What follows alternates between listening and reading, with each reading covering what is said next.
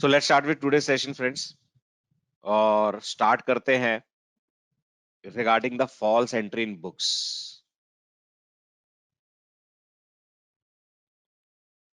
Now, what is false entry?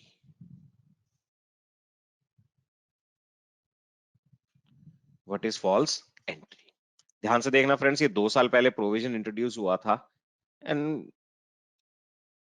अगर इस provision के आने के बाद भी if someone goes for the bogus booking of bogus expenses और bogus revenue, तो फ्रेंड्स उसको तो फिर भगवान ही बचा सकता है, गवर्नमेंट से तो नहीं बच सकता। ध्यान से देखना friends, it's quite like you can से वेरी रिगरस सेक्शन। अगर कोई पकड़ में आ गया तो उसका तो कुछ बचेगा ही नहीं। तो इसका हम कंबाइन एनालिसिस भी करेंगे with the topics we have already discuss. ध्यान से देखना फ्रेंड्स, एक एक वर्ड पे फोकस करेंगे। Without prejudice to any other provisions of this act. Now what does that mean? कि एक्ट में अगर और कोई प्रोविजन है which have impact over this particular transaction, तो वो impact तो अपनी जगह रहेगा ही, whatever the impact may. If during any proceeding under this act, अगर किसी प्रोसीडिंग के दौरान, that is generally assessment proceedings if I talk about, या असेसमेंट के दौरान पता चला, it is found that in the books of accounts maintained by any person, उसने कोई बुक्स ऑफ अकाउंट्स मेंटेन की हुई है, there is a false entry. Any person का मतलब यहां पर मान लो आप फर्स्ट पर्सन, और you can say mister A, there is a false entry. उसकी बुक्स में क्या है? फॉल्स एंट्री है। What is false entry? It is defined later on. Or an omission of any entry which is relevant for the computation of total income of such person to evade tax liability, या फिर कोई entry जो कि relevant थी computation of total income के लिए, must have been in the books of account but it is not there. Purpose क्या है? To evade the tax liability.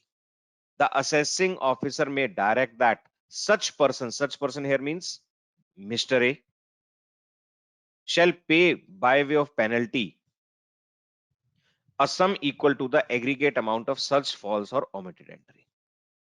तो फ्रेंड्स पेनल्टी का अमाउंट कितना है? 100%. Either there will be no penalty if you are able to prove that there is no false entry or there is no omission of any entry, or there will be 100%. Like the assessing officer does not have any discretion to levy penalty equivalent to 20% or 50% or 80%. The either situation will be there will be no entry penalty or 100% penalty. आगे देखो क्या लिखा, without prejudice to the provision of subsection 1, the assessing officer may direct that any other person means here we can say Mr. B, who causes the person referred to in subsection 1, जिसने help करी थी, cause किया था, person referred to in subsection 1, that is mister A, in any manner to make a false entry. अगर mister B ने help करी थी mister ए की in making a false entry or omits or causes to omit any entry referred to in that subsection, shall pay by way of penalty a sum equal to the aggregate amount of such false or omitted. तो उस particular person पे भी 100% penalty लगाई जा सकती है। Friends, very simple example if I talk about what we heard in the market, generally हमें सुनाई देता है कि बोगस बिलिंग का खेल चल रहा है मार्केट में। पहले तो जब मैं ये वर्ड सुनता था ना, तो I am not able to understand ये बोगस बिलिंग क्या होती है, क्या खेल चल रहा है, मतलब what is that going on. वो देखो उस पर्टिकुलर पर्सन ने बोगस बिलिंग से करोड़ों रुपए कमा लिए। I used to think of bogus billing से रुपए कमा लिए। Friends, when I was the layman in the field of commerce, if I am talking about at that particular time, तो मैं सोचता था रुपए कैसे कमा लिए। If someone wants to book bogus expenses, what he can do? Simply एक print करवाए और उसके ऊपर लिखे हाँ इतनी तारीख को ये सामान सप्लाई हुआ, बुक्स में एंट्री कर दे। तो सामने वाले ने कैसे कमा लिया, I am not able to get. जिसने बोगस एक्सपेंस डाला तो उसने इनकम टैक्स सेव कर लिया, बोगस खर्चा डाला, ठीक है, वहां तक समझ में आता। Then later on, when I get into the intricacies of the VAT at that time, and then later on GST, then I come to know that how that particular aspect is going on. Friends, obvious सी बात है कि it's not only income tax, वहां पे वो GST का matter भी होता है कि हाँ जीएसटी भी सेव करना है और ये प्रूव करना है कि हाँ दैट इनवॉइस वाज जेन्युइन, तो उस तरीके से वो बोगस पे। तो मिस्टर बी ने एक बोगस इनवॉइस इशू किया मिस्टर ए को, तो मिस्टर ए अपनी बुक्स में बोगस इनवॉइस बुक कर रहे हैं, बोगस एक्सपेंसेस डाल रहे हैं, तो मिस्टर ए के ऊपर 100% पेनल्टी लगाई जा सकती है। और मिस्टर बी ने हेल्प करी तो मिस्टर बी के ऊपर भी 100% पेनल्टी लगाई जा सकती है।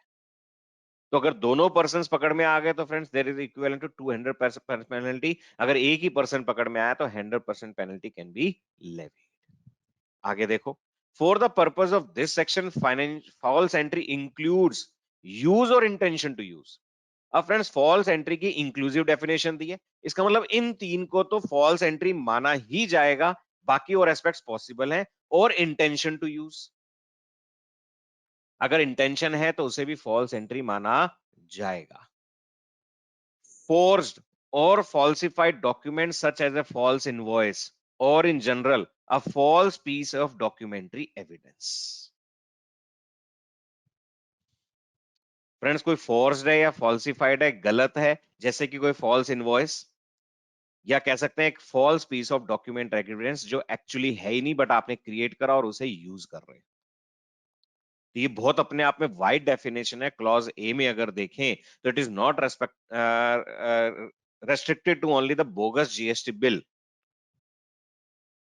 Invoice in respect of supply or receipt of goods or services or both issued by the person or any other person without actual supply or receipt of such goods or services or both. Friends यहां पर आता है आपका bogus invoice की बात अगर करें तो जहां पर इनवॉइस करा है इशू जिसके रेस्पेक्ट में एक्चुअली कोई भी गुड्स सप्लाई नहीं हुए हैं या सर्विसेज प्रोवाइड नहीं करे। फ्रेंड्स ए और बी में मैं डिफरेंस पे आता हूं अभी थोड़ी देर में। Invoice in respect of supply or receipt of goods or services or both to or from a person who does not exist. Friends यहां पे पर्सन के रेस्पेक्ट में रखा है, who does not exist। आपने कहा जी मैंने तो इनवॉइस इशू कर दिया, मैंने तो इनवॉइस इशू कर दिया इन respect of mister A, but mister A तो एग्जिस्ट ही नहीं करते, मिस्टर ए तो एग्जिस्ट ही नहीं करते। फ्रेंड्स कई बार क्या होता है कि बुक्स के अंदर स्टॉक पड़ा है, उसको ऑफ द मार्केट बेच दिया, अब उस स्टॉक को खत्म करना है तो people use to raise the false invoice, किसी भी बंदे के नाम पे रेज कर देते हैं, काम खत्म। तो friends that is what is called up to a person who does not exist. अब ए और बी में डिफरेंस क्या है, ध्यान से देखना फ्रेंड्स। जब ये आया तो मेरे को समझ में आया कि अच्छा इस तरीके से भी बोगस इनवॉइसेस इशू होते हैं।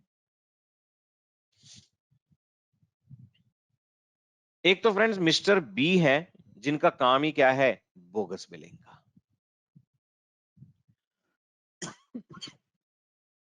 वो तो कवर्ड अप है कहां पर, क्लॉज ए में, that is a false entry. वो तो बोगस बिल इशू कर रहे हैं to whom, to mister A, तो ये तो क्लॉज ए का एस्पेक्ट हो गया जहां पर इसे फॉल्स एंट्री माना जाए। मतलब मिस्टर बी वो बिजनेस करते ही नहीं, सिर्फ बिल छापते हैं, काम खत्म, that's all.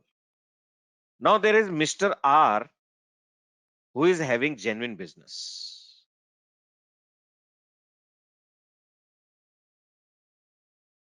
Now what happens, friends genuine business है, बहुत सारे कस्टमर ऐसे भी आते हैं जो गुड्स परचेज तो करते हैं बट इनवॉइस लेकर नहीं जाते। दैट हैपेंस, परचेज करते हैं बट इनवॉइस लेके नहीं जाते। Now mister R is having a scope, मान लो उन्होंने ऐसे पूरे महीने के अंदर 100 यूनिट्स बेचे। अब उनकी परचेजेस में तो स्टॉक आ रहा है 100 यूनिट्स का, बट कॉरस्पॉन्डिंग सेल्स नहीं हुई बुक्स में, एक्चुअल तो हो चुकी। अब जब वो स्टॉक चेक करेंगे तो उसके अंदर ये 100 यूनिट्स तो नहीं है। Now what happens फ्रेंड्स, लोग आते हैं जिनको बोगस एक्सपेंसेस डालने हैं कि हाँ जी मेरे को तो ठीक है अपना खर्चा डालना जिससे इनकम टैक्स भी बच जाए और मेरे को जीएसटी का इनपुट भी मिल जाए। तो फ्रेंड्स वो उस पर्टिकुलर केस में क्या करते हैं, वो ऐसे डीलर्स को अप्रोच करते हैं और कहते हैं ये 100 यूनिट्स का एक इनवॉइस बना के हमें दे दो।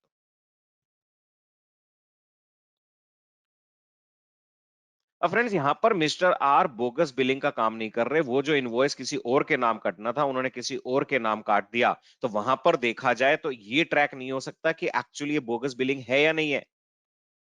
बट जो इन्होंने मिस्टर बी, यहां पर जो भी इनवॉइस मिस्टर बी के नाम काटा, तो मिस्टर बी ने जो सामान रिसीव किया और जो बिल रिसीव किया that is without supply of goods, और मिस्टर आर ने जो इनवॉइस दिया that is without supply of goods और सर्विसेज।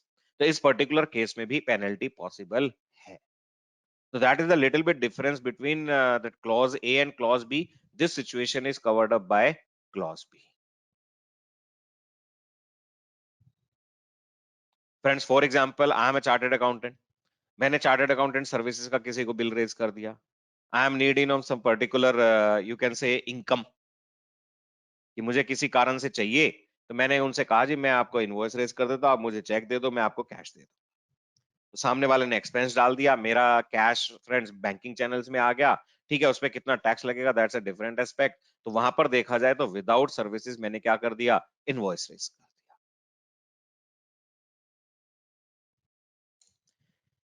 पहले तो ये बताओ फ्रेंड्स, सेक्शन 271 डबल ए भी समझ में आया, डबल ए डी?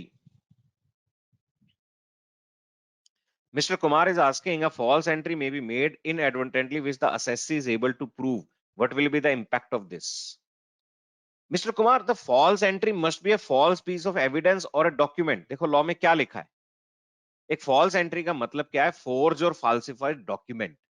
देखिए बुक्स में एक एंट्री कर दी जिसके रिगार्डिंग कोई डॉक्यूमेंट नहीं है, तो I do not think so that is covered up by a false entry for which penalty can be levied.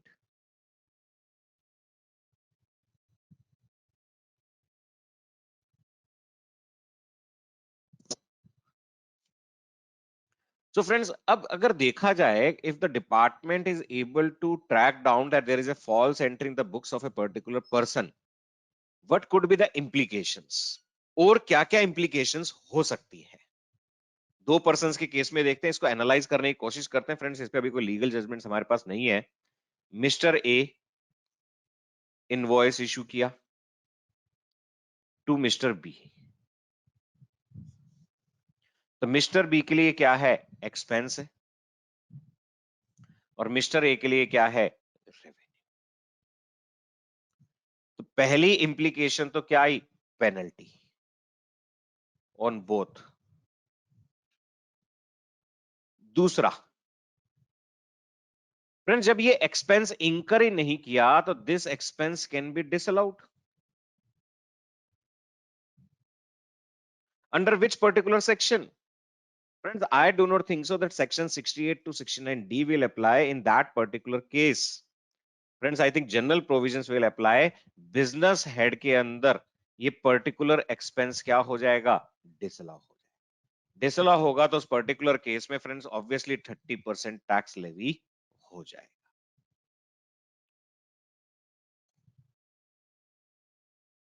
Revenue friends, अब ये जो रेवेन्यू बुक किया, I think on that section 68 can be applied. That is unexplained cash credit. और अगर section 68 apply हो गया तो friends उस पर्टिकुलर केस में 78% टैक्स लेवी हो सकता है।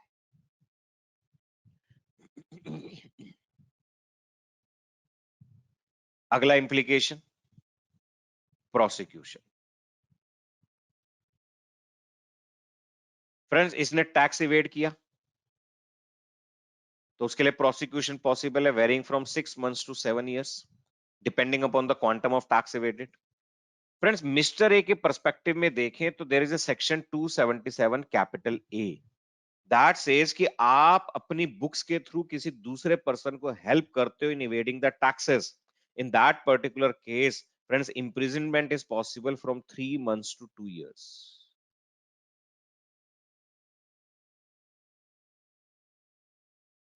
तो that is what is in respect of false entry. Friends, बाकी इंप्लीकेशंस अपनी जगह है। जो इंप्लीकेशन जीएसटी में आएगा that is totally different. GST के अंदर मिस्टर बी को वो जीएसटी का इनपुट नहीं मिलेगा, मिस्टर ए के लिए वो बोगस है, उसपे जो भी पेनल्टीज हैं, प्रोसिक्यूशंस हैं, वो जीएसटी की इंप्लीकेशंस अपनी जगह अलग रहे। And friends, as on date if I talk about, GST department और इनकम टैक्स डिपार्टमेंट एक दूसरे के साथ इंफॉर्मेशन एक्सचेंज करते हैं।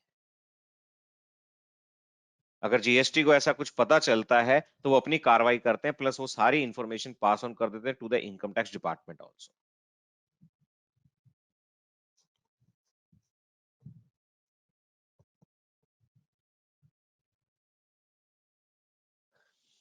Friends, anything you would like to ask in this particular provision?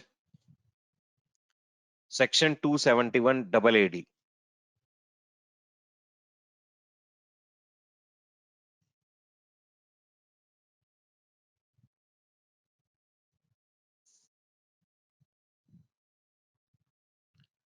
चल सकते हैं आगे।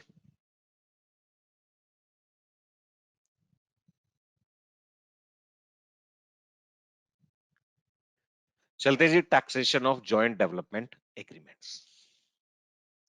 फ्रेंड्स, ये सेक्शन 4 या 5 साल पहले इंट्रोड्यूस हुआ था।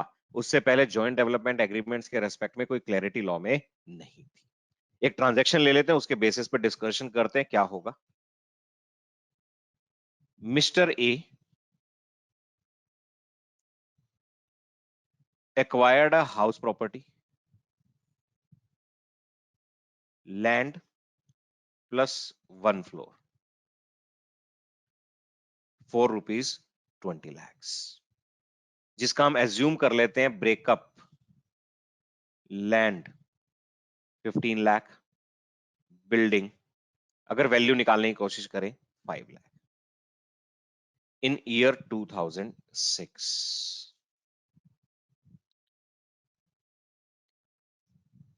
मिस्टर बी एक जॉइंट डेवलपमेंट एग्रीमेंट बिल्डर के साथ इन year 2020 demolish, construct 4 floors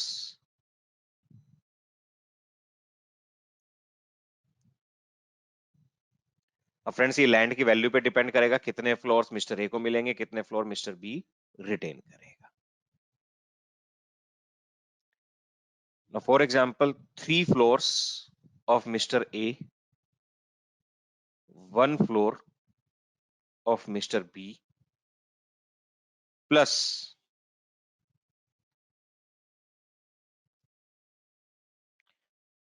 Mr. B will pay 30 lakh to Mr. A, plus 30 lakh रुपए और पे करेंगे क्योंकि एक पूरा फ्लोर किसको मिल रहा है, मिस्टर बी को मिल रहा है। तो मिस्टर बी डिमोलिश करेंगे, 4 फ्लोर बनाएंगे, उसमें से 3 फ्लोर मिस्टर ए के होंगे, 1 फ्लोर मिस्टर बी का होगा, plus mister B in addition to construction of 3 floors 30 lakh रुपए पे करेंगे मिस्टर ए को। एज्यूम कर लेते हैं 4 फ्लोर्स की कंस्ट्रक्शन वैल्यू, एक कंस्ट्रक्शन वैल्यू एज्यूम कर लेते हैं, for example 1 CR, for example कितनी 1 CR। ठीक है जी। पर फ्लोर सेल प्राइस एज्यूम कर लेते हैं 1.2 CR। ठीक है जी। कंस्ट्रक्शन कंप्लीट हुई 2022।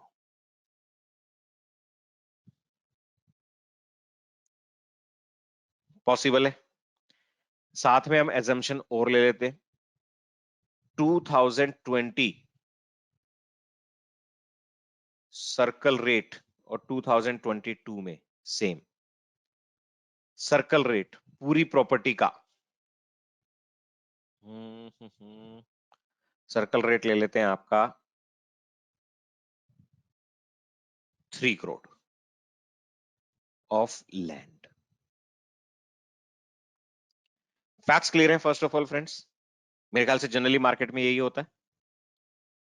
मिस्टर बी ने कहा डिमोलिश करेंगे, 4 फ्लोर बनाएंगे, 3 आपके 1 मेरा, मैं आपको 30 लाख रुपीस पे करूंगा, प्लस कंस्ट्रक्शन कंप्लीट हुई 2022, एक फ्लोर बिकेगा 1.2 CR में। ये हमने सारी वैल्यू ले ली, सर्कल रेट लिया लैंड का 2020 में, 2022 में 3 crore.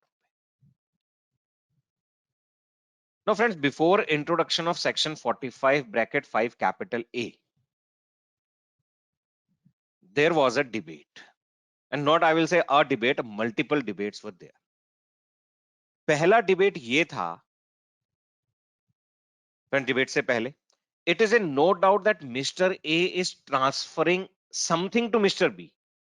And what he is transferring? 25% of land. जब एक फ्लोर मिस्टर बी का हो गया तो it is no doubt that he is transferring something to mister B and that is nothing but 25% of land. Transfer तो हो रहा है, इसमें कोई दो राय नहीं है. And when there is a transfer of a capital asset you need to compute capital gains. और मिस्टर ए को बदले में कोई ना कोई बेनिफिट मिल रहा है, इसमें भी कोई डिस्प्यूट नहीं है. तो that means that capital gain head is attracted. Capital gain head तो अप्लाई होगा. बट डिबेट ये इस चीज पे आते थे कि कैपिटल गेन हेड में कैलकुलेशंस कैसे होंगी and in which particular year. Friends the biggest debate was कि कैपिटल गेन्स जो मिस्टर ए के लिए कंप्यूट होंगे that will be computed in the year 2020 और इन the year 2022. And that is because of the definition provided of word transfer under section 2 clause 47. Friends 2 clause 47 में लिखा हुआ था कि अगर आपने कोई एग्रीमेंट किया और उस एग्रीमेंट के तहत अगर सामने वाले को पोजीशन दे दिया that you have given the position as part of agreement, in that case it will be treated as transfer subject to some more conditions. तो उसको ट्रिगर करते हुए मिस्टर ए के केस में डिपार्टमेंट कहता था कि आपने लैंड ट्रांसफर कर दी and we will compute capital gains in the year 2020 only. Friends, in the year 2020, Mr. A has received nothing. How he will be able to pay the taxes? जब हाथ में पैसा ही नहीं है तो it is very difficult to pay the taxes.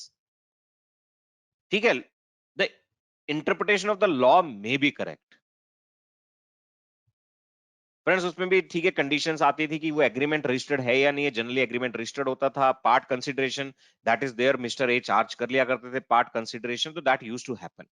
The department contends that for the Mr. A, the capital gains will be computed in the year 2020 and not year 2022. दूसरा debate, क्या mister A ने 25% land transfer करी है या 100% land transfer की है? The department say that you have handed over the land to Mr. B for the construction and in consideration he will give you constructed 3 floors along with the land. That means the department contends that Mr. A has transferred 100% land, and in lieu of which as consideration he will receive in future 3 floors with proportionate right in land. The department used to tax in year 2020 and the capital gains on the transfer of 100% of the land and not on 25%. That was the another debate which was there before section 45 5A. वो हम check करेंगे कि 45 5A से ये dispute resolve हुए या नहीं. तो फ्रेंड्स ये बिगेस्ट टू डिस्प्यूट आते थे. फिर तीसरा आता था how to compute the consideration. अब मिस्टर ए का बेनिफिट कितना हुआ? चलो okay, whether it is transfer 25% land और 75% लैंड और 100% land, what is the corresponding benefit? How to compute that? क्या मिस्टर बी मिस्टर ए को बताएंगे कंस्ट्रक्शन में कितना खर्चा हुआ? Never. How to compute that? Whether mister A will be eligible for section 54 और 54F exemption? That is the question. The multiple questions थे which were causing problem for Mr. A specifically. Mr. B के लिए इतनी बड़ी problem नहीं आती थी क्यों? Because Mr. B का ये बिजनेस है. This is Mr. B's business. तो फ्रेंड्स उन्होंने तो ओपनिंग स्टॉक दिखाना है, क्लोजिंग स्टॉक दिखाना है, सेल्स दिखानी है, अकॉर्डिंगली टैक्सेस पे करने हैं. तो there was no such as such big problem for mister B. Problem किसके लिए थी? मिस्टर ए के लिए.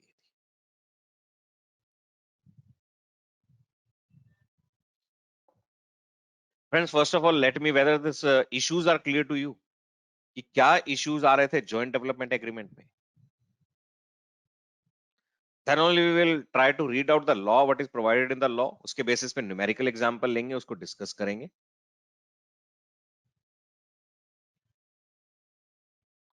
Is it clear? Multiple issues which were there in joint development agreement. हाँ जी friends, are you getting my voice? ठीक है, I know that today is the last session and Sunday, but still we have to that we should utilize at the max.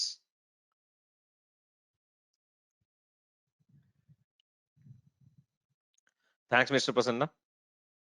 पढ़ते हैं friends section 45(5)A. Notwithstanding anything contained in subsection 1. Friends, subsection 1 किस चीज का? That is regarding the capital gains chargeability, that the year in which the asset is transferred, the capital gains need to be computed.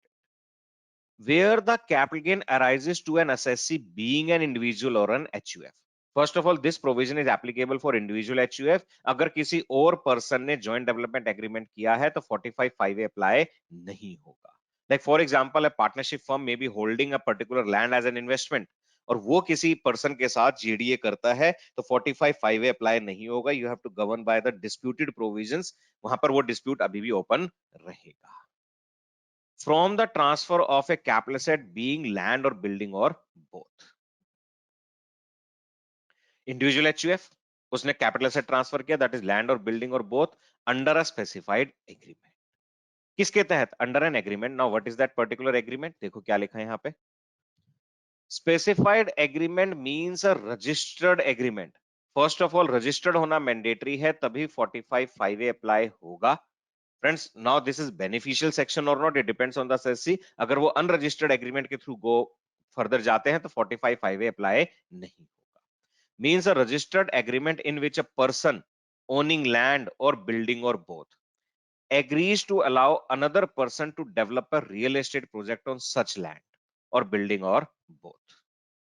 जहां पर एक particular person जो land का owner है दूसरे पर्सन को अलाउ करता है कि वो उस पर रियल एस्टेट प्रोजेक्ट डेवलप करे in consideration of a share being land और बिल्डिंग और बोथ इन सच प्रोजेक्ट। बदले में क्या मिलेगा? लैंड, बिल्डिंग या both, whether with or without payment of part of the consideration in cash। साथ में कैश मिलेगा या नहीं मिलेगा does not make any difference। अगर सिर्फ मेरे को मनी कंसिडरेशन मिलना है, इन दैट केस 45(5)(a) अप्लाई नहीं होगा। फ्रेंड्स, वहां पर नॉर्मल प्रोविजंस अप्लाई होंगे, बट अगर मुझे लैंड या बिल्डिंग के अंदर कुछ पर्टिकुलर शेयर मिलना है then only 45(5)(a) is applicable. Friends, although law makers have used the word cash, but यहाँ पे इंटरप्रिटेशन होना चाहिए in the form of money.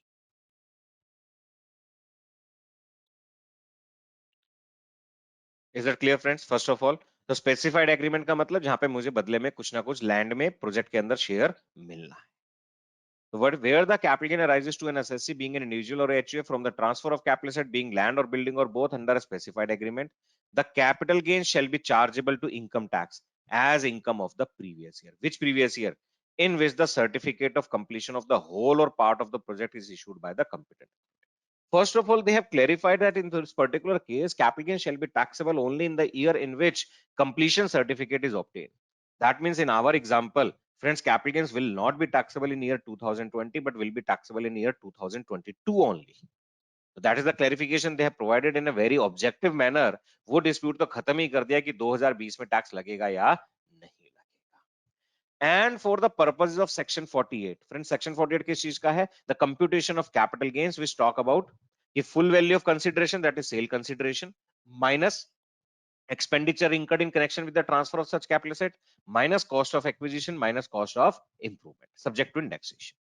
And for the purposes of section 48, the stamp duty value, that is nothing but circle rate, on the date of issue of said certificate, जिस दिन completion certificate issue हुआ है उस दिन का circle rate of his share, of his share, share का मतलब हमारे केस में कितने हैं? 3 flats, उसका circle rate, being land or building or both in the project, as increased by the consideration received in cash, और जितना मनी फॉर्म में कंसिडरेशन मिला है, if any, shall be deemed to be the full value of consideration received or accruing as a result of the transfer of the capital। तो जितना उसको share मिला है उसका circle rate full value of consideration माना जाएगा। किसके respect में? Transfer of the capital asset के रेफरेंस में। तो उसको अगर 3 फ्लोर्स मिले हैं तो 3 फ्लोर का सर्कल रेट क्या माना जाएगा? Full value of consideration for the purpose of calculation of capital gains. Friends, proviso की थोड़ी देर में आएंगे। आओ इसके ऊपर अब जो हमने एग्जांपल लिया था उसको डिस्कस करते हैं। फ्रेंड्स, ये सर्कल रेट है लैंड के 3 करोड़ रुपए। अब मैं सर्कल रेट बिल्डिंग का भी एज्यूम कर लेता हूं, 2022 फुल बिल्डिंग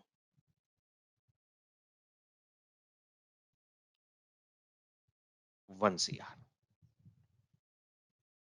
ये सर्कल रेट इससे डिफरेंट ले लेते हैं, थोड़ा सा कंफ्यूजन हमें नहीं आएगा। Circle rate for example 80 lakhs। Now we have to compute capital gains in the hands of the Mr. A।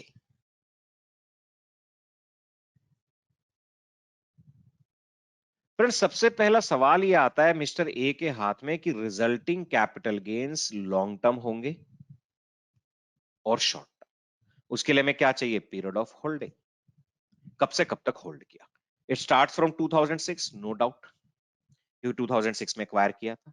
Now the question arises whether this period of holding will be counted up to the date of the registered agreement or up to the date of the 2022.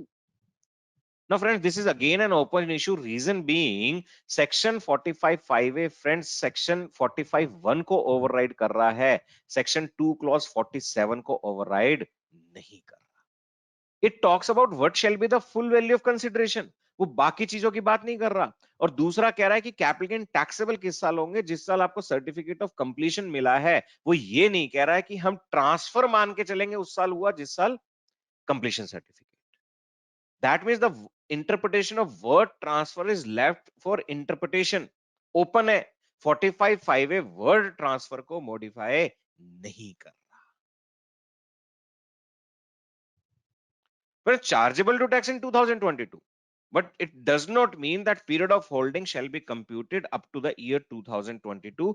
Again, that is an open issue. Friends, इससे फर्क क्या पड़ेगा? आप जिस साल तक period of holding लोगे वहां तक का इंडेक्सेशन होगा, पहली बात। दूसरी बात, इट में इंपैक्ट लॉन्ग टर्म और short term, although in our example it is not impacting long term और शॉर्ट टर्म, बट आ तो गया।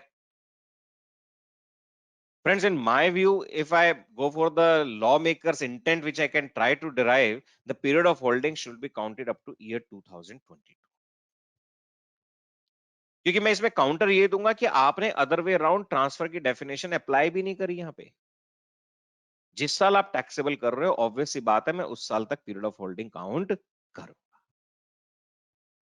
ठीक है जी, okay, that makes it long term. Now next, full value of consideration. इसको भी डिफाइन कर दिया। क्या कहा कि जो आपको शेयर मिल रहा है प्लस जो मनी फॉर्म में मिल रहा है, that will be deemed to be the full value of consideration. Friends, क्या मिले इसको? 3 फ्लोर्स प्लस 30 लाख। 3 फ्लोर्स का सर्कल रेट। फ्रेंड्स, लैंड का सर्कल रेट 3 करोड़ रुपए, तो ये कितना हो जाएगा? 3 CR divided by 4 multiply by 3 plus 3 floor मिले उसका सर्कल रेट प्लस बिल्डिंग का सर्कल रेट। बिल्डिंग कितना सर्कल रेट? 80 लाख। अब यहां पे ये मैटर नहीं कर रहा कि कंस्ट्रक्शन कॉस्ट कितनी आई। Circle rate 80 lakh multiply by 3 divided by 4 plus 30 lakh. तो full value of consideration will be equal to, friends ये करेंगे 2.25 plus 60, that makes it 2.85 plus 30, 2.85 plus 30, 3.15 CR। चलो जी, ये भी क्लियर हो गया। That full value of consideration is nothing but 3.15 CR minus cost of acquisition. Friends, indexation उसका अलग part है, वो अलग से देखेंगे। नाउ फ्रेंड्स, क्या इस सेक्शन की लैंग्वेज को पढ़ के क्या आप बता सकते हो what should be the cost of acquisition? हमने हिस्टोरिकल कॉस्ट ली थी यहां पे पूरी लैंड प्लस बिल्डिंग की 20 लाख रुपए। फ्रेंड्स, इंडेक्सेशन कैसे होगा? That is a different part. क्या cost of acquisition, can you tell me what should be the cost of acquisition? ये लैंग्वेज आपके सामने। क्या सेक्शन 45(5)(a) में कॉस्ट ऑफ एक्विजिशन को डिफाइन किया? Nowhere. It is not talking about what shall be the cost of acquisition for the purpose of computation of capital gains. It is talking about two things: in which particular year capital gains will be taxable, and second, what shall be the full value of consideration. उसके अलावा और कुछ भी define नहीं कर। I will give you the two options, आप मेरे को बताना। Cost of acquisition equal to 25% और 100%। उसमें भी दो ऑप्शन है, 25 और 100% ऑफ 20 lakhs और 15 lakhs।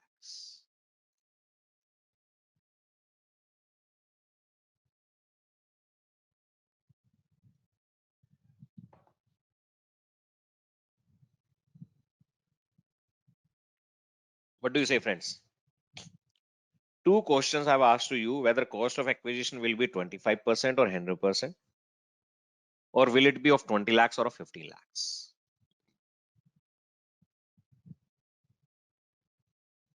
क्या कहते हो फ्रेंड? बहुत इंटरेस्टिंग प्रोविजन बनाया है, और इंटरेस्टिंग इसलिए है कि एम्बिग्विटीज कुछ खत्म करी तो कुछ क्रिएट कर दी. Why the lawmakers are not putting into mind by having some practical example and the difficulties that are going to be faced by the assessee by virtue of this provision? क्यों law makers एक numerical example बना के नहीं देखते, और अगर देखा तो ये सिचुएशन उनके सामने क्यों नहीं आई? I think these aspects should have been clarified friends. Law इतना सिंप्लीफाई होना चाहिए कि आम आदमी को सोचने की जरूरत ही नहीं पड़े. As a professional it may be negative for me, because this is bread and butter for me. और फ्रेंड्स इतना सिंप्लीफाई कर देते तो ऑब्वियसली हम ये टॉपिक यहाँ पे डिस्कस नहीं कर रहे होते. Any comment friends? Okay, we are getting the comments. 25%. Okay, language says okay, that is one of the good view, good interpretation. Okay, of 20 lakhs, of 20 lakhs. Okay, friends, अब ध्यान से देखना. If we go by the logic that what has been transferred, effectively transfer क्या हुआ है? 25%. 75% पहले भी mister A के पास था और आज भी है. अगर इन इफेक्ट इस ट्रांजैक्शन देखें तो उसका लैंड शेयर 25% से कम हो गया. यही तो हुआ है. बाकी तो लैंड उसी के पास है. तो उस लॉजिक के हिसाब से देखें that cost of acquisition should be 25% of 20 lakh और 15 lakh. That is a separate question. अभी मैं 20 लाख वर्ड बोल के चलूंगा just to have understanding. But friends, when we talk about the full value of consideration, वो यहां पे सर्कल रेट 25% ऑफ लैंड का नहीं ले रहा. सर्कल रेट किसका ले रहा है? What he is getting, that he is getting 75% of land and plus 75% of construction. That means the lawmaker has there in mind that effectively Mr. A is transferring whole of his property. वो पूरी property transfer कर रहे हैं. जो एक dispute था कि उसने जब एग्रीमेंट किया बिल्डर के साथ, तो whether he has transferred 25% of land और 100% ऑफ लैंड, तो law maker has in mind कि उसने तो 100% ट्रांसफर किया है. Just we are only shifting the point of taxation from 2020 to 2022. Friends, full value of consideration के हिसाब से कॉलिंग तो होगा. जब आप फुल वैल्यू ऑफ कंसीडरेशन मान रहे हो 3 फ्लोर्स की वैल्यू, तो friends that means there the law makers has intended कि नहीं, आपने पूरी की पूरी प्रॉपर्टी ट्रांसफर कर दी. इससे इंप्लीकेशंस देखना फ्रेंड्स क्या आएंगे. 100% of, now the question arises 20 lakh और 15 lakh. Again this is an disputed issue. Friends, अगर मैंने बिल्डिंग की वैल्यू 5 लाख है इस 20 लाख में, क्या अफेक्टिवली ये बिल्डिंग ट्रांसफर हुई है? No, this has been demolished. Just take an example कि if I'm living in a particular house for last 20 years and now I demolish and construct myself a altogether new building, do I have transferred this particular building to any person? Not at all. जब मैंने transfer ही नहीं किया तो क्या उसका benefit cost के रूप में मिलेगा? I do not think so. Friends, demolish means it does not exist anymore. अगर कोई एसेट एग्जिस्ट ही नहीं कर रहा तो how can you say that it has been transferred? So again, that is an open issue that after out of 20 lakhs, whether I will be able to get 20 lakhs cost or 15 lakh cost, whether building cost will be available as part of cost of acquisition or not. Friends, उसके भी देखिए एक defence है कि when that particular building is demolished, either उसका जो scrap होता है वो बिक जाता है, that means I have transferred, or that scrap if reusable, specifically if I talk about bricks or maybe some other parts that are get used in the new building itself. इसका मतलब पुरानी building नई building में क्या हो गई? मर्ज हो. So generally what is practical approach, that what is going on, that we used to claim that 20 lakh rupees because we have a strong defense enough, although that can be disputed. 20 lakh multiply by, friends किस साल का indexation लेंगे, whether it will B 2022 or 2020? Friends, again the same view, when I'm taking period of holding up to 22, the same logic that indexation must be up to 2022. तो ये index होना चाहिए, I am assuming that is 20 lakhs becomes approximate 60 lakh rupees. 3 times I have assumed index cost of acquisition. Resulting long-term capital gains 3.15 minus 60 lakh, that makes it 2.55 CR.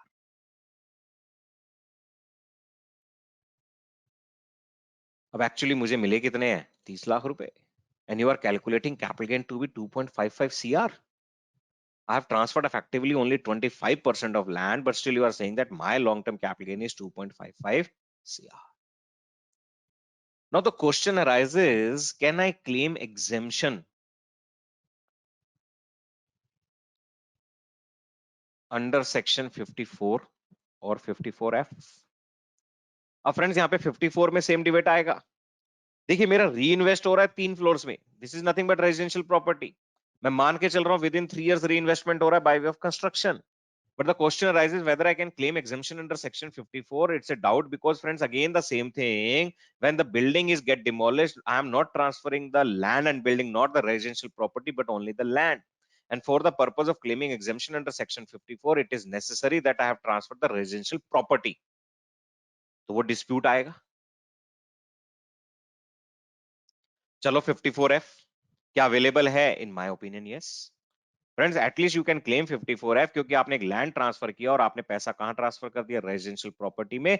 But अगर already आपके पास 2 मकान और हैं other than this, तो friends फिर problem create हो गई, फिर तो आप 54F क्लेम नहीं कर पाओगे, 54 डिस्प्यूट में है, तो that is going to create the problem.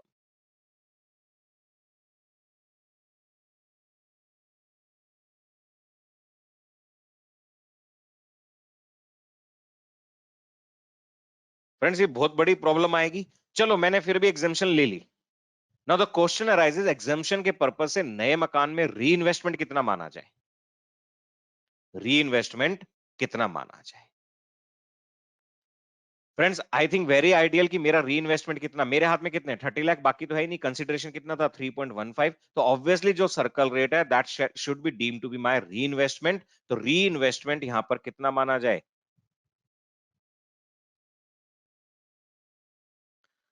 2.85 CR। उसके बेसिस पे अगर 54 मिलेगा तो my long term capital gains will be nil, और अगर 54F लगेगा तो फ्रेंड्स उस पर्टिकुलर केस में मुझे प्रोपोर्शनेट एग्जेम्पशन का बेनिफिट मिल जाएगा। We know how to calculate proportionate. मैंने 3.15 में से 2.85 इन्वेस्ट किया, तो 2.55 में से कितना long term capital gain exempt होगा? चलो जी, आपने ये भी बोल दिया, मैंने एग्जेम्पशन ले ली, अल्टीमेटली कोई छोटा मोटा टैक्स लगा तो चलो मैंने एक बार के लिए हाँ भी कर दी। अब उसमें प्रॉब्लम क्या आएगी?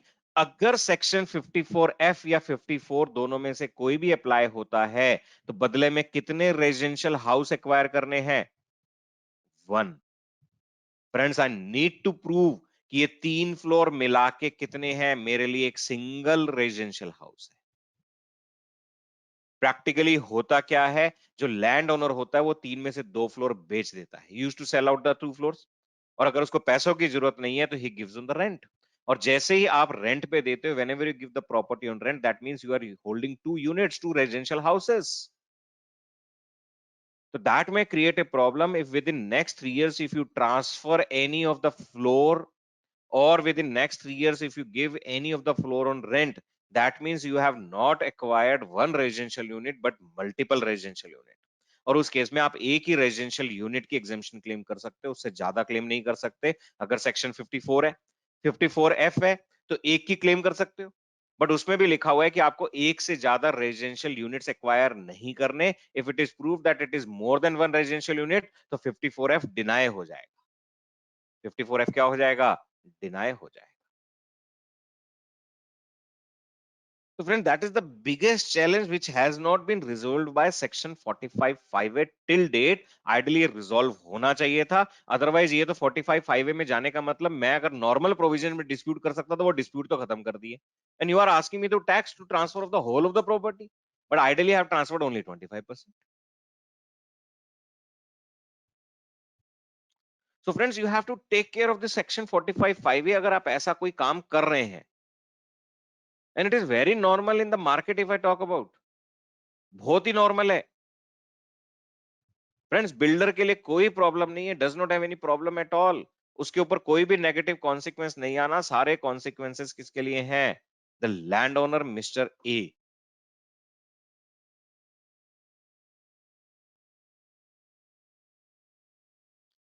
आगे चलते हैं. Friends, anything you would like to ask up to this stage? ये कैलकुलेशन समझ में आई? ये बताओ. It is in no doubt that the capital gains will be calculated assuming that 100% of the property has been transferred. So after introduction of section 45(5)(a), it is very risky to go for the joint development agreement. It will result into the outflow of the huge taxes. Friends, indirectly, whatever that calculation is there, whatever your profits are there, you are liable to pay tax is becoming cost of acquisition of new 3 floors. कल को आप ये 3 floor market में बेचते हो तो इन 3 floor की cost of acquisition आपकी 2.85 CR मानी जाएगी. The circle rate which has been used as part of full value of consideration will be deemed to be your cost of acquisition. But आज आपको टैक्स पे देना पड़ गया, फ्यूचर के लिए कॉस्ट बढ़ गई. In case only 25% of capital gains would have been made taxable. अगर 25% पे टैक्स लगता तो बैलेंस 75% की कॉस्ट कितनी रहती है? Historical 20 lakh rupees. तो फ्यूचर में जब आप वो 3 फ्लोर बेचते तो 20 लाख के हिसाब से बेनिफिट मिलता. तो गवर्नमेंट ने क्या किया कि कहते कब बेचोगे उसको छोड़ो, आज टैक्स दे दो. जब फ्यूचर में बेचोगे तब टैक्स कम दे देना. आप इसकी कॉस्ट मान लेना 2.85 CR and accordingly calculate the capital gains. आओ जरा इसी से रिलेटेड प्रोविजन देखते हैं. प्रोवाइजो पे आते हैं अभी वापस. Section 194 IC payment under specified agreement.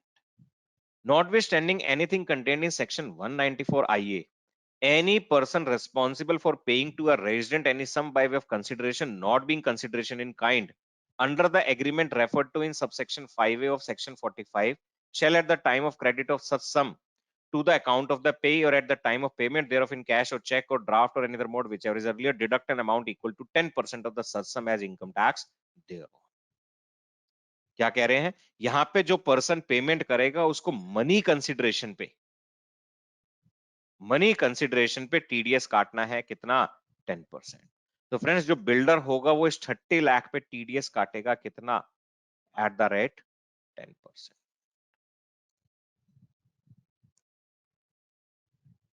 तो बिल्डर को ये टीडीएस काट के देना है अंडर सेक्शन 194 आइए. तो जब भी पेमेंट होगी या क्रेडिट होगा, whichever is earlier, 10% TDS is required to be deducted. तो ये बिल्डर के लिए प्रोविजन है.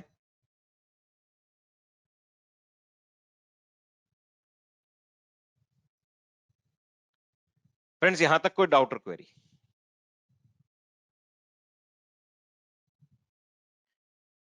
नाउ द क्वेश्चन अराइजेस कि बिल्डर तो क्लियर है, 10% टीडीएस ऑन 30 lakhs. क्या मिस्टर ए को टीडीएस डिडक्ट करना है अंडर सेक्शन 194 आईए on value of 3 floors? Now, what the lawmaker has provided that I am transferring my 100% of the land, and in lieu of that, I am getting constructed 3 floors. And when I am getting constructed 3 floors as consideration, that means I am purchasing the 3 floors. मैं indirectly यही तो कहूंगा ना, मैं acquire कर रहा हूँ, purchase कर रहा हूँ. And if the value of the 3 floors is more than 50 lakhs, which is there in our example, do I have to deduct TDS under section 194 IA, which is more than 50 lakhs? Again, that is an open issue. Friends, in my opinion, that Mr. A is supposed to deduct TDS. Friends, जो आपका ये section है 194 IC, it is overriding section 194 IA. But this section 194 IA is being overridden in perspective of developer, mister B builder, कि builder को TDS नहीं काटना 194 आईए में, क्योंकि वो भी तो इनडायरेक्टली लैंड एक्वायर कर रहा है जिसकी वैल्यू मोर देन 50 लाख हो सकती है। तो बिल्डर को टीडीएस नहीं काटना 194 आईए में, उसको सिर्फ मनी कंसिडरेशन पे टीडीएस काटना है। If there is no money consideration, no TDS is required to be deducted.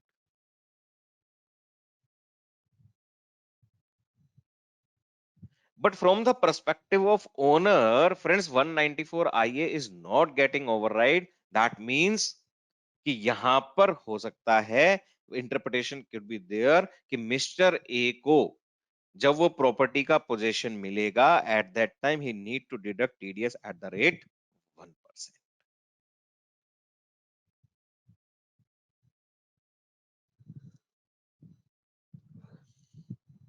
Is it clear friends? ये समझ में आया 194 IC TDS?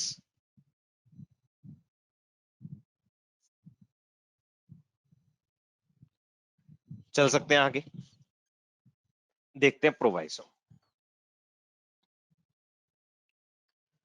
Provided that the provisions of this subsection shall not apply, that means 45 5A shall not apply, where the assessee is Mr. A, who is landowner,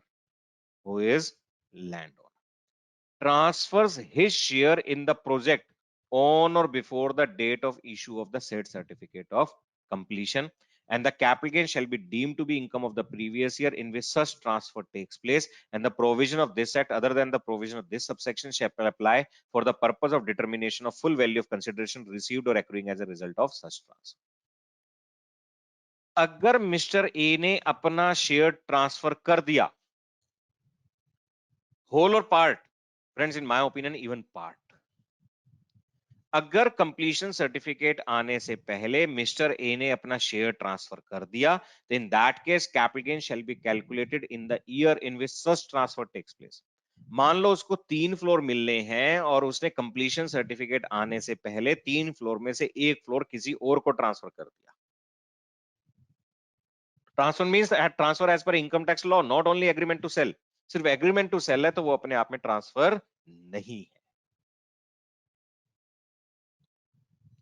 तो अगर transfer कर दिया तो उस पर्टिकुलर केस में कैपिटल गेन उसी साल calculate हो जाएंगे जिस साल ये ट्रांसफर हुआ है, और उस केस में सेक्शन 45 5A अप्लाई नहीं।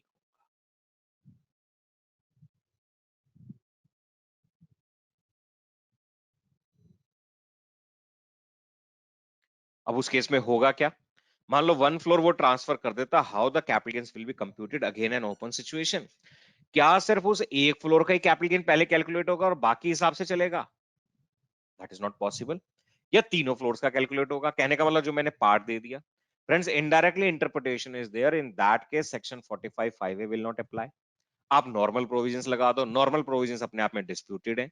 सिर्फ इतनी क्लैरिटी दी कि उस पर्टिकुलर केस में capital gains will B calculated in which one of the floor is transferred by mister A, that's all. मतलब पीछे नहीं जाएंगे, जिस समय जेडीए हुआ था, जिस समय एक फ्लोर बेच दिया, उस समय हम आपसे कैपिटल गेन टैक्स ले लेंगे। फ्रेंड्स कैपिटल गेन टैक्स क्या उस एक फ्लोर पे लेंगे, चारों पे लेंगे? That is not clear. Now what should be the ideal situation? अब क्वेश्चन अराइजेस, अगर 45 5A अप्लाई नहीं होता, then how capital gains shall be computed? Now friends, there are plethora of judgments. Friends अगर जेडीए है, registered है, JDA है, registered है और पोजेशन हैंडओवर कर दिया, तो वहां पर जजमेंट थी कि जिस समय पोजेशन हैंडओवर किया उस साल कैपिटल गेन्स अराइज हो जाएंगे ऑन होल प्रॉपर्टी।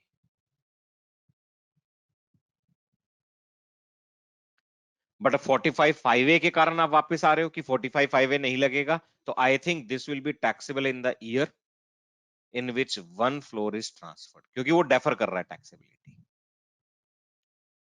अगर जेडीए है बट क्या है, अनरजिस्टर्ड, या आप कहते हो कि नहीं पोजेशन नहीं दिया, मैंने सिर्फ एक लाइसेंस दिया है डेवलप करने का। फ्रेंड्स, अभी आपके एग्रीमेंट की लैंग्वेज पे डिपेंड करेगा कि आपने क्या किया है। मैंने एक लाइसेंस दिया है कि आप मेरे प्रमाइस में एंटर करो, उसको डेवलप करो, दैट्स ऑल। मैं आपको आज के दिन और कोई भी राइट नहीं दे रहा। और कंसिडरेशन में मैं आपको क्या करूंगा, जब चारों फ्लोर्स रेडी हो जाएंगे तो एक फ्लोर मैं आपको दे दूंगा इन फ्यूचर। मैं आज कोई कंसिडरेशन आपको नहीं दे रहा। फ्रेंड्स, उस पर्टिकुलर केस में अगर जेडी रजिस्टर्ड नहीं है या पोजेशन हैंडओवर नहीं करा, तो जिस समय जेडी हुआ उस साल तो टैक्सेबिलिटी अराइज नहीं। ना इन that case taxability will arise जब मैं एक फ्लोर बिल्डर को क्या करूंगा, हैंड ओवर। एक फ्लोर बिल्डर को क्या करूंगा, हैंड ओवर। और जब एक फ्लोर हैंड ओवर करूंगा तो obviously capital gains will be calculated on the 25% transfer, बाकी पे नहीं होगा। फिर उस केस में जब जब मैं फ्लोर बेचता जाऊंगा कैपिटल गेन सेपरेटली कंप्यूट होते जाएंगे। तो फ्रेंड्स, एज ऑन डेट अगर देखें तो प्रैक्टिस क्या चल रही है, जहां पर भी थोड़ा सा अगर लैंड ओनर अवेयर है, if he is aware of this particular aspect, तो वो क्या करते हैं, जेडीए रजिस्टर्ड नहीं करवाते। बिल्डर इंसिस्ट करता है कि उसको सेफ्टी चाहिए, बट बिल्डर को भी पता है ये प्रॉब्लम आती है, तो जहां पर लैंड ओनर अवेयर होता है तो वो जनरली मान जाते हैं। और दूसरा, वहां पर एग्रीमेंट इस हिसाब से बनाया जाता है, प्लस कंट्रोल अपने पास रखा जाता है एग्रीमेंट के हिसाब से कि आपको सिर्फ हम लाइसेंस दे रहे हैं टू डेवलप द प्रॉपर्टी, किसी भी तरीके से हम आपको ओनरशिप नहीं दे रहे। उसमें क्लॉजेस लिखे जाते हैं जिनको एक्सरसाइज भी किया जाता है कि नहीं जी, अगर आपने एज पर क्वालिटी कंस्ट्रक्शन नहीं करी, आपने ये करा वो करा, तो उस केस में आपको फ्लोर नहीं मिलेगा। इन that case I will pay you the construction amount only, मैं आपको कोई भी फ्लोर हैंडओवर नहीं करूंगा। जब ये कंडीशन आ गई कि फ्लोर हैंडओवर नहीं होगा, that means there is no transfer of right in the immovable property to the builder at all. Further अगर एसएससी इंडिविजुअल एचयूएफ नहीं है तो ऑब्वियसली फ्रेंड्स फिर यही इंटरप्रिटेशन लगानी पड़ेगी, अदर देन 45(5)(a) और कोई इंटरप्रिटेशन पॉसिबल नहीं है।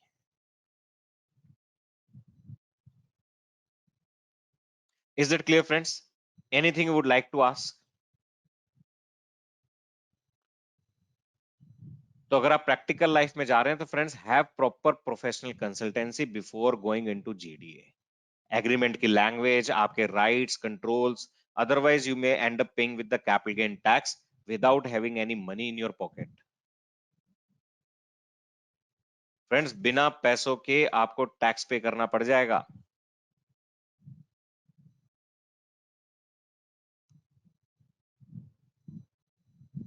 चल सकते हैं जी आगे? Friends, anything would like to ask, कुछ भी दिमाग में आपके आ रहा हो?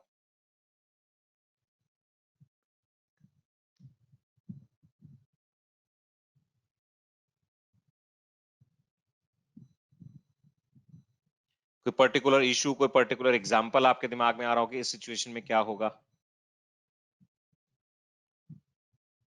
Prasanna is saying that if the landowners are not a single person but multiple owners. Friends, same way, like for example, in the same case, Mr. A and Mrs. A are owners of the land of 20 lakhs. So that means that 50-50. So everything will be divided 50-50 later on. So everything will be calculated 50-50.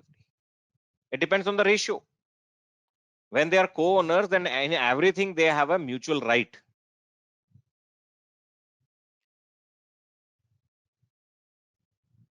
तो that will be divided in that particular ratio of ownership. हर चीज same तरीके से calculate होगी, but ownership की ratio में divide कर देंगे।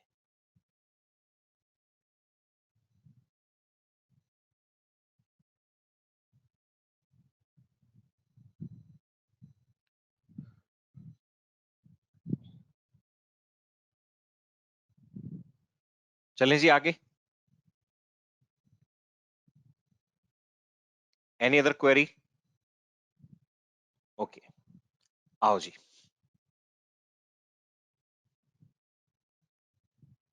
टीडीएस बाय नॉन बिजनेसमैन 194 आईए से इनसे पहले आते हैं 194 एम।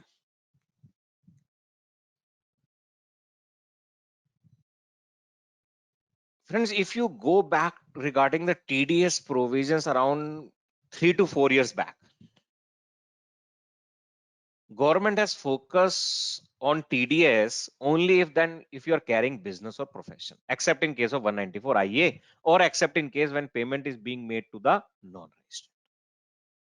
तो गवर्नमेंट का था कि जो बिजनेस या प्रोफेशन कैरी ऑन कर रहा है उसी पे हम टीडीएस कंप्लायंस का बर्डन डालेंगे, बाकियों पे नहीं डालेंगे। और उस केस में भी देयर वाज ए क्लैरिटी कि अगर इंडिविजुअल एचयूएफ है तो आपके बिजनेस का टर्नओवर एक स्पेसिफाइड लिमिट से एक्सीड करता हो।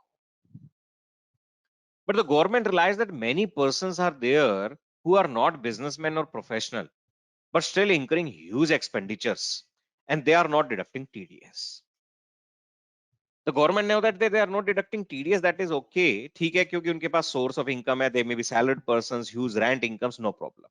But हो क्या रहा था कि जिनको वो payments मिल रही थी, they were trying to evade taxes by not disclosing that particular transaction. But disclose ही नहीं कर रहे, गवर्नमेंट को पता कैसे चलेगा? तो government increase the burden of the non businessman और प्रोफेशनल या ऐसे बिजनेसमैन और प्रोफेशनल जिनका टर्नओवर एक लिमिट क्रॉस नहीं कर रहा। फ्रेंड्स 3-4 साल में देखोगे तो मल्टीपल प्रोविजंस इंट्रोड्यूस हुए हैं। देखो ये आया, payment of certain sums by certain individuals और HUF.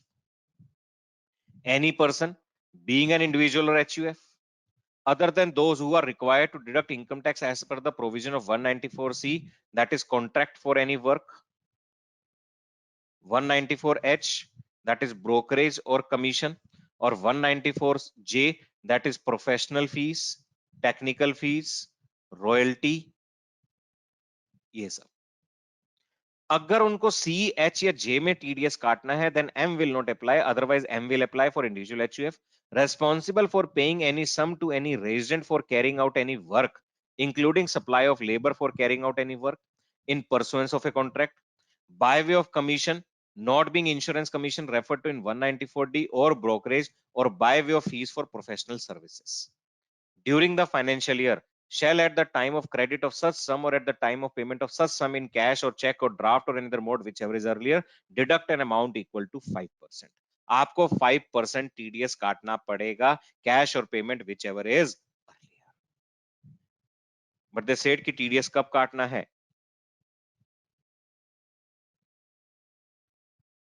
Provided that no such deduction under this section shall be made if such sum, or as the case may be, the aggregate of such sum credited or paid to a resident during a financial year does not exceed rupees 50 lakh. अगर वो 50 लाख से ज्यादा नहीं है तो।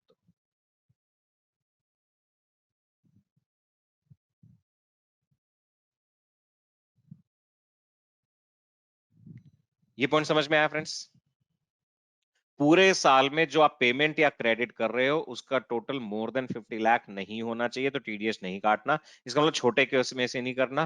Now for example you are getting constructed your own residence, आपने एक land purchase करी, उसके बाद आपने कॉन्ट्रैक्टर हायर किया और कहा कि आपको ये रेजिडेंस बनाना है और आपने कहा जी विद मटेरियल व्हाटएवर ये आपका ठेका।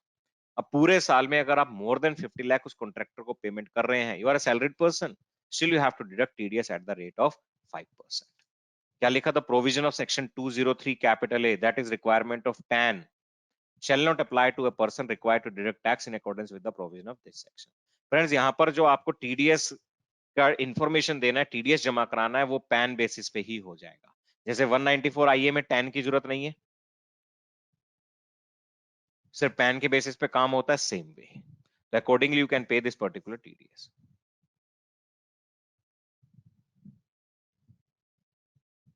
No friends, no Prasanna ji, first of all 194M comes into picture only when if you are not liable to deduct TDS under section 194C, तब आपको यहां आके चेक करना है। And 194M, another condition, if the payment in the full year is more than 50 lakhs. इसका मतलब आपने अपने घर का रिपेयर वर्क कराया and you are paying 20 lakh rupees for the repair work, then you are not supposed to deduct TDS. आपको फिर उस केस में TDS डिडक्ट नहीं करना। फ्रेंड्स कॉन्ट्रैक्ट की डेफिनेशन 194C से, कमीशन ब्रोकरेज की डेफिनेशन H से, प्रोफेशनल सर्विसेज की डेफिनेशन 194J से, तो उस पर्टिकुलर केस में आपको ये टीडीएस डिडक्ट करना है प्रोवाइडेड पूरे साल में payment more than 50 lakh. Now the open question is, if I'm engaging a person who is providing all three services, उस केस में क्या होगा? Which is very difficult और rarest possibility in the market कि सेम पर्सन मुझे contractual services भी दे रहा है, उसको मैं कमीशन भी पे कर रहा हूँ और वो प्रोफेशनल सर्विसेज भी दे रहा है। अब मैं एज ए चार्टर्ड अकाउंटेंट चालू कर दूं बिल्डिंग डेवलप करने का काम।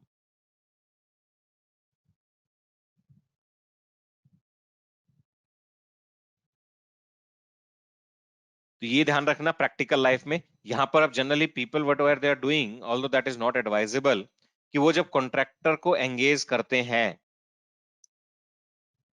तो वो कहते हैं जो बिल्डिंग मटेरियल है वो मैं सेपरेटली पे करूंगा टू सप्लायर। आप तो सिर्फ मुझे क्या दो, कंस्ट्रक्शन सर्विसेज।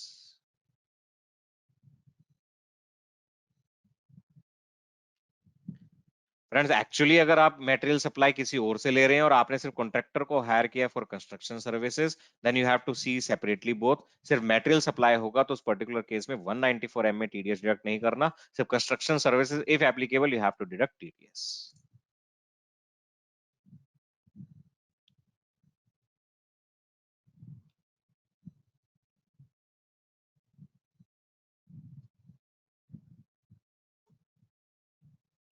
यहां तक क्लियर है जी? Friends have we discuss 194? आइए हम ऑलरेडी डिस्कस कर चुके हैं। I think that we have discuss already if I am not wrong और नॉट, या नहीं किया? नहीं किया, सिर्फ अमेंडमेंट्स में आया था propose by the finance bill, वहां पे एक रेफरेंस आया था। आज इसको डिस्कस कर लेते हैं। Payment of transfer of certain immovable property other than agriculture land.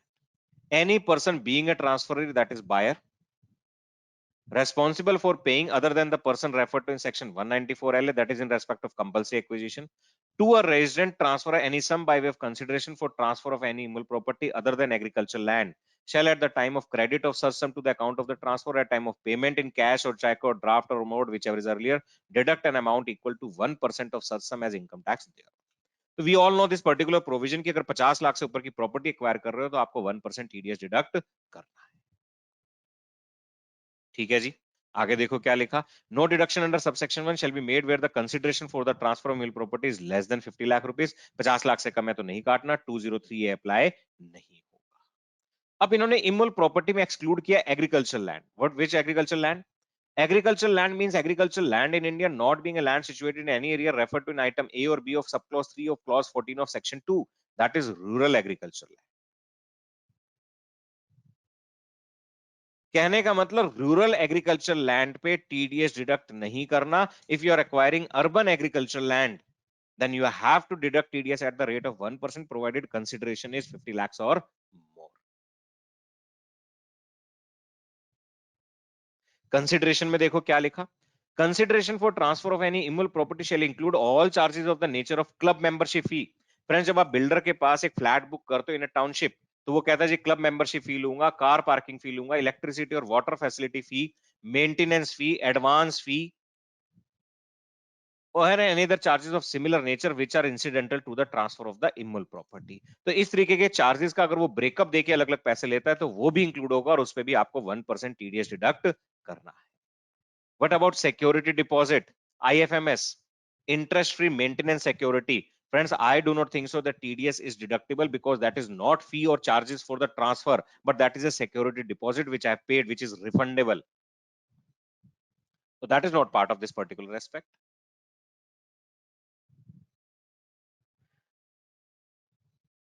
Now, friends, there is a dispute. What do you mean by the word immovable property? एक dispute आया. Friends, we all know there are two type of properties, leasehold and freehold. Government leasehold देती है for 99 years of lease. Actually, I'm enjoying that property as my, but practically, legally, if I talk about, वो मेरी नहीं है, government की है. Government ने मुझे 99 years की lease पे दिया है. Do I have ownership of that land? No, I have no ownership of that land. And if I'm transferring that particular lease or land to someone, whether section 50 this 194 IA is applicable.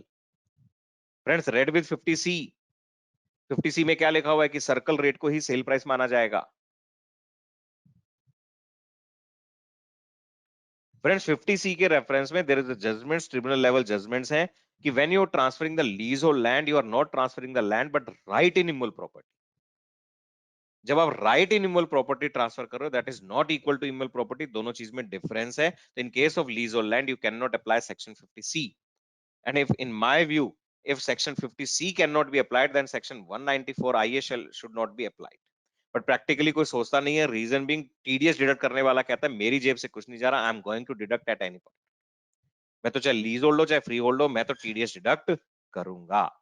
Now what is the amendment which is proposed by finance bill 2022? यहां पर amendment propose है कि TDS deduct करना है if actual consideration और circle rate is 50 lakhs और मोर। Other way around TDS deduct नहीं करना अगर दोनों consideration and circle rate both are less than 50 lakhs। और टीडीएस किस अमाउंट पे डिडक्ट करना है? एक्चुअल कंसिडरेशन और circle rate whichever is higher. Friends already we have discuss कि उसके कारण प्रॉब्लम्स आएंगी लोगों को, किस तरीके से कैपिटल गेन डिस्क्लोज होंगे, that is going to create a problem.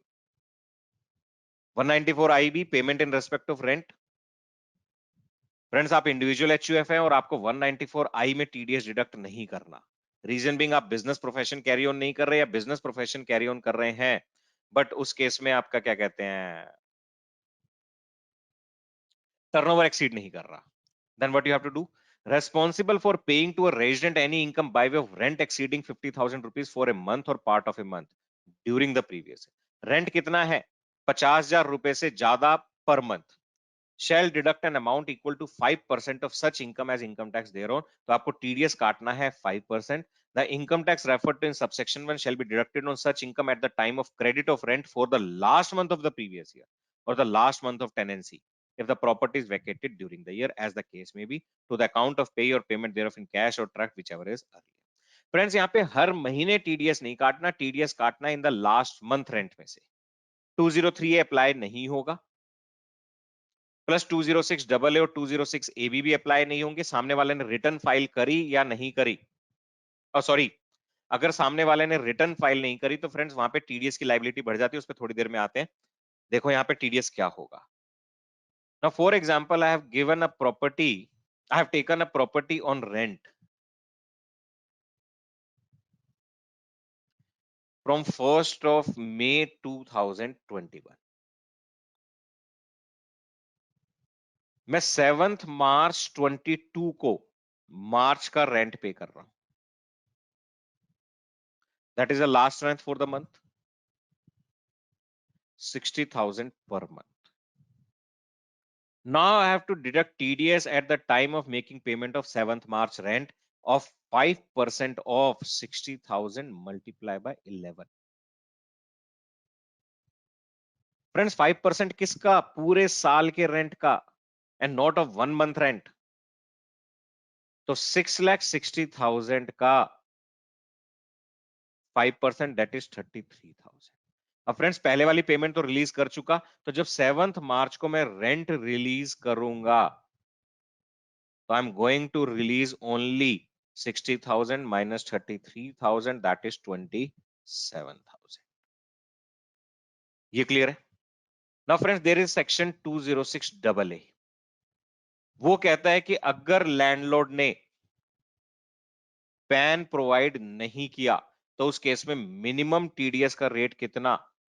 20%। क्या मैं 6,60,000 का 20% दैट इज 1,32,000 डिडक्ट कर पाऊंगा? नो, क्योंकि मैं रेंट कितना दे रहा हूं? 60, बाकी तो मैं रिलीज कर चुका। तो इन दैट केस मैं टीडीएस डिडक्ट करूंगा कितना? 60,000। कितना डिडक्ट करूंगा? 60,000। कि अगर आपका 206 डबल ए या ए बी अप्लाई होता है, then maximum TDS which is deducted can not exceed the rent payable, last rent payable जो है। सिमिलरली 206 ए बी कहता है कि अगर सामने वाले ने आईटीआर फाइल नहीं करी लास्ट ईयर की, प्लस उसका टीडीएस प्लस टीसीएस पिछले साल का कितना था? Greater than 50,000। फ्रेंड्स इसके लिए एक यूटिलिटी दी हुई है पोर्टल पे विच यू कैन यूज, जिसके बेसिस पे आप चेक कर सकते हो कि उसने आईटीआर फाइल करी नहीं करी, प्लस उसका टीडीएस 50,000 से ज्यादा था या नहीं था। तो उस पर्टिकुलर केस में आपको डबल और 5% विच एवर इज हायर आपको टीडीएस काटना है। अब डबल करोगे तो 5 का जगह कितना हो गया 10, 10 हो गया तो क्या 60,000 डिडक्ट कर पाओगे? 66 नो, तो आप टीडीएस कितना डिडक्ट करोगे? 60,000। तो that you have to take care of, ये ध्यान रखना है 194 आईबी के केस में। तो अगर आप एक salaried person and if you are having a particular residential property for your own purposes, किराए पर अगर आप लेते हो और उसका per month rent more than 50,000 है, टेक केयर कि आपको उसका टीडीएस डिडक्ट करना पड़ेगा।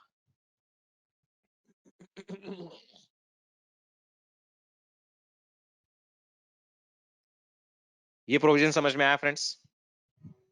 एनी डाउट और query up to this particular stage? कोई भी डाउट और क्वेरी है तो पूछो। Do you want this particular file friends?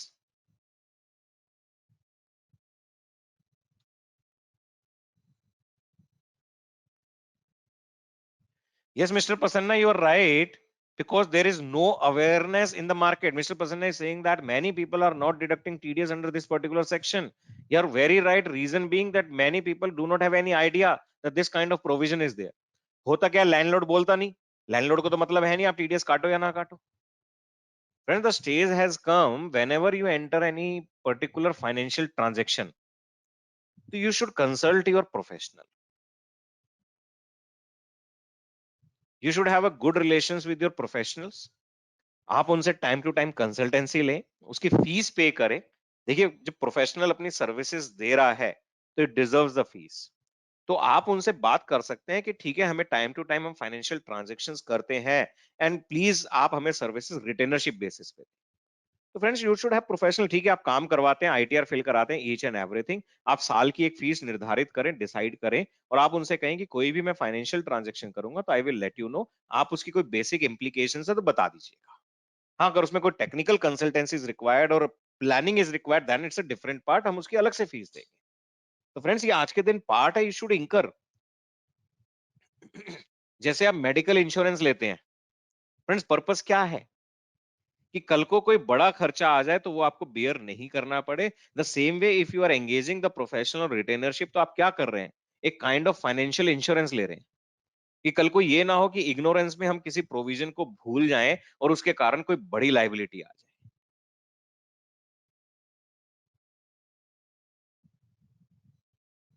तो ये आपको एक बिलीफ लाना पड़ेगा टुवर्ड्स द प्रोफेशनल कि आप उसको बड़ी ट्रांजैक्शंस में आप कंसल्ट करते हैं। जो रिकरिंग है उसमें वन टाइम ही कंसल्ट करना है ना, बार बार तो नहीं करना। आपने एक बार किराए पे लिया, आप क्लियर हो गया, काम खत्म, तो बार बार कंसल्ट करने की जरूरत नहीं है। Friends, I share this particular file with you. चलें जी आगे, स्टार्ट करें बेनामी लॉ।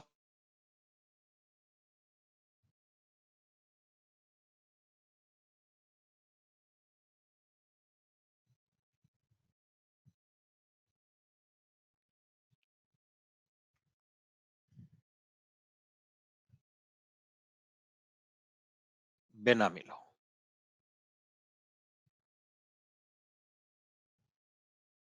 अगर इसकी ओरिजिन देखें तो इन इंडिया 1988 तब से था, बट इसके प्रोविजंस बहुत ही वीक थे, कॉन्सिक्वेंसेस बहुत कम थे, प्रोसीजरल एस्पेक्ट्स क्लियर नहीं थे, और बहुत ही वेग काइंड ऑफ डेफिनेशन थी बेनामी ट्रांजैक्शंस की। तो दैट वाज द प्रॉब्लम, जिसके कारण if I am not wrong November 2016 there were amendments in the benami law. और फ्रेंड्स, अमेंडमेंट्स कह दो अपने आप में होल टुगेदर एक नया लॉ बन गया। Well, everything was replaced except first और second section if we talk about, मतलब इतने सारे sections नए डाल दिए, सारे sections almost change हो गए, तो ऑल टुगेदर अपने आप में कह सकते हैं एक नया law। तो सवाल ये आया कि अगर ऐसा कुछ करना था, then why this particular act was not repealed, और रिपील करके एक नया एक्ट ले आते। फ्रेंड्स, उसके पीछे एक रीजन था। अगर इस एक्ट को रिपील कर देते तो if any transaction which was benami as per this act, उसके ऊपर डिपार्टमेंट कोई भी एक्शन नहीं ले पाता।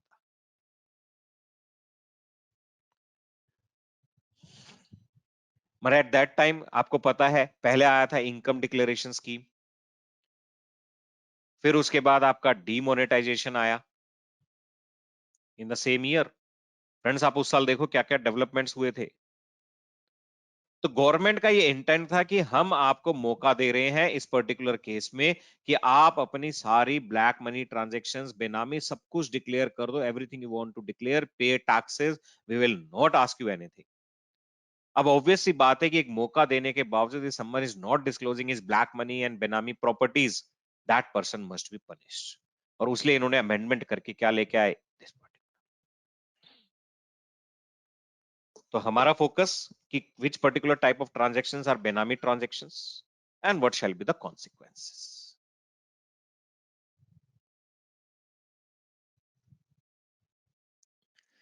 Benami property. First of all, which is Benami property?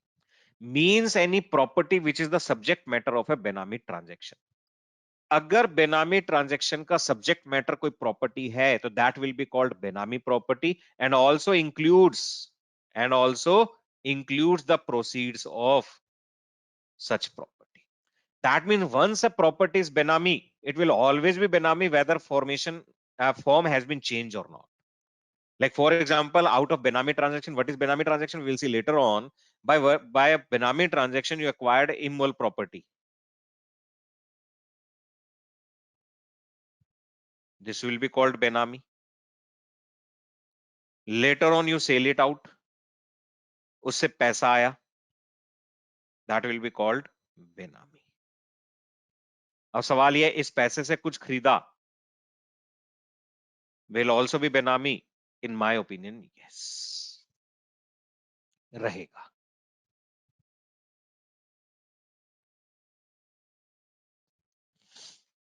तो क्या कहा? There must be a Benami transaction.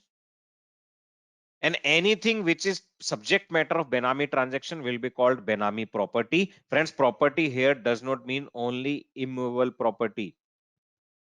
Includes all type of assets.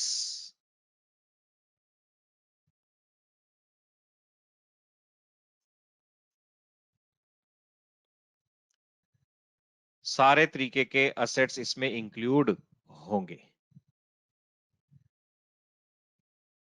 आगे देखो. Now what is Benami transaction? अब Benami transaction क्या है?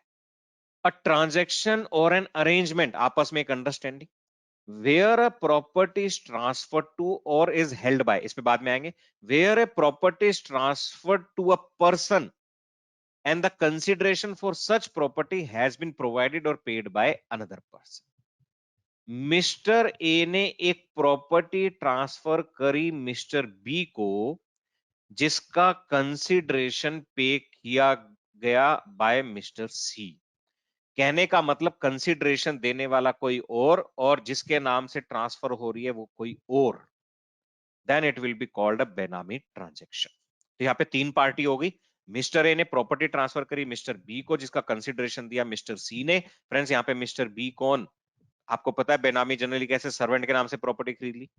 मिस्टर सी कौन?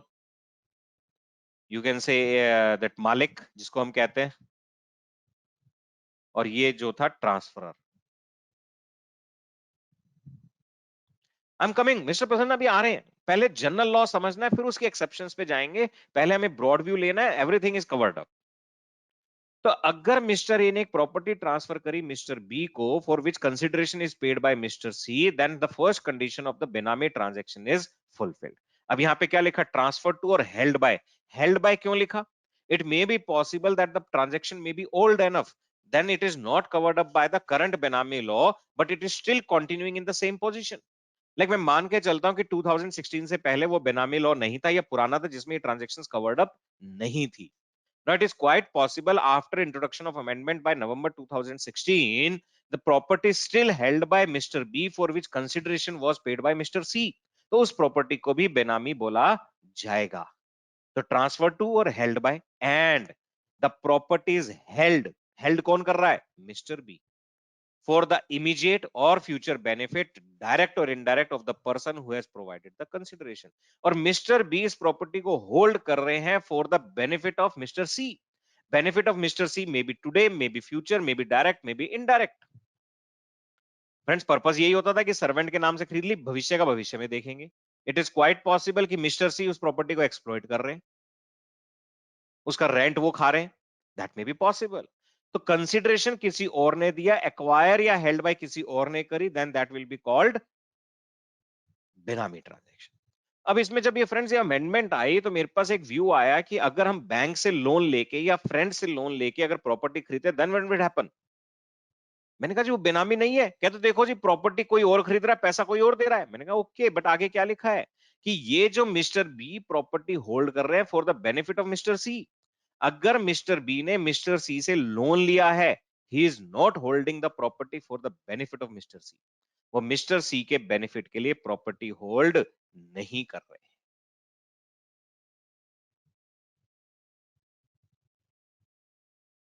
तो अगर आप लोन लेके प्रॉपर्टी लेते हो तो friends second limb clause B is not getting fulfilled, तो इसलिए वो बेनामी ट्रांजैक्शन नहीं है। First of all do let me whether you are able to understand what is benami transaction. तो इसका जो भी सब्जेक्ट मैटर होगा उसको क्या बोलेंगे, बेनामी प्रॉपर्टी। फ्रेंड्स, बेनामी वर्ड किससे बना, बेनाम, बिना नाम की। तो ऐसी प्रॉपर्टी जो बिना नाम की है, नाम तो आप सर्वेंट का दे रहे हो बट एक्चुअली वो कोई और है जिसके लिए वो प्रॉपर्टी हेल्ड की जा रही है।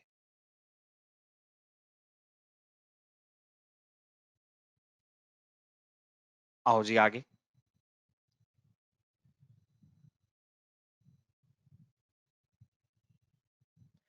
बेनामी ट्रांजैक्शन एक्सेप्ट।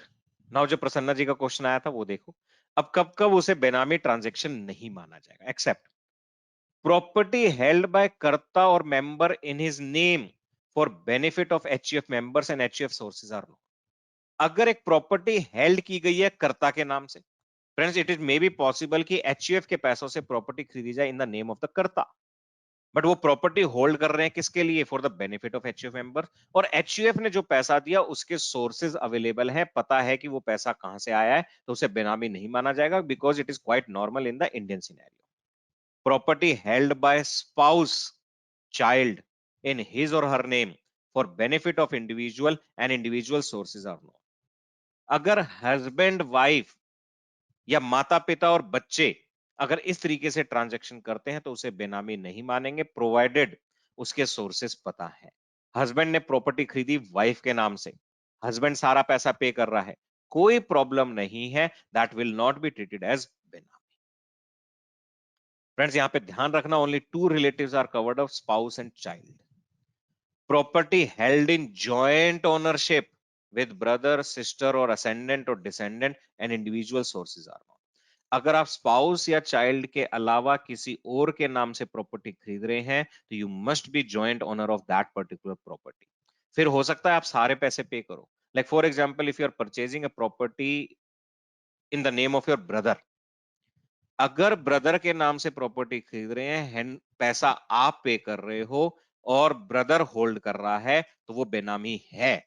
बट अगर आप उस प्रॉपर्टी में जॉइंट ओनर बन जाते हो, मे बी ऑफ 1%, चाहे पैसा आप 100% पे कर रहे हो, वो फिर बेनामी नहीं कहलाएगी।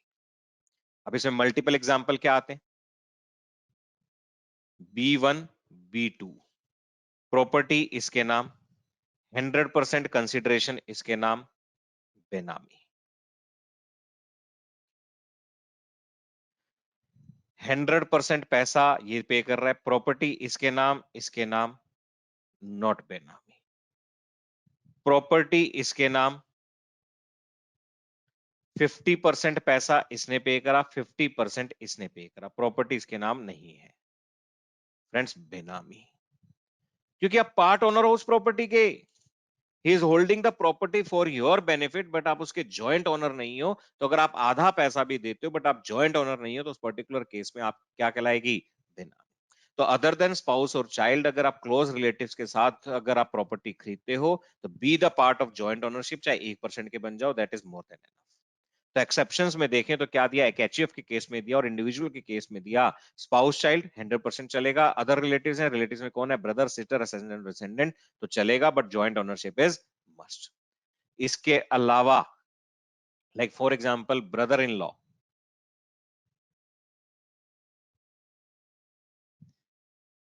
आपने 100% पैसा दिया, प्रॉपर्टी आपके नाम भी रजिस्टर्ड है, प्रॉपर्टी उसके नाम भी रजिस्टर्ड है, फ्रेंड्स बेनामी।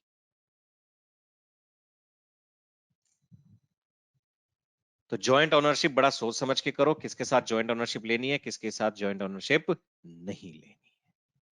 ये समझ में आया फ्रेंड्स? यहां तक कोई डाउट और क्वेरी है तो पूछो। प्रसन्ना जी, आपकी मेरे ख्याल से क्वेरी क्लियर हुई होगी, but you want to ask regarding the relative.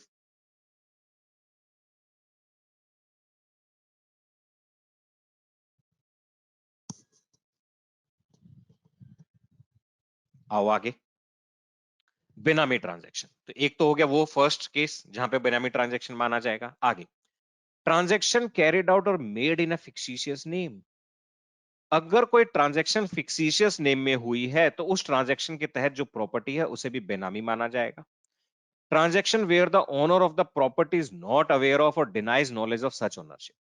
अब सर्वेंट के नाम से प्रॉपर्टी तो ले ली, बट ये पता ही नहीं कि एक्चुअल ओनर कौन है। ये तो पता ही नहीं किसने पैसे दिए। सर्वेंट कह रहा है जी मैं ओनर नहीं हूं, मैं ओनर नहीं हूं।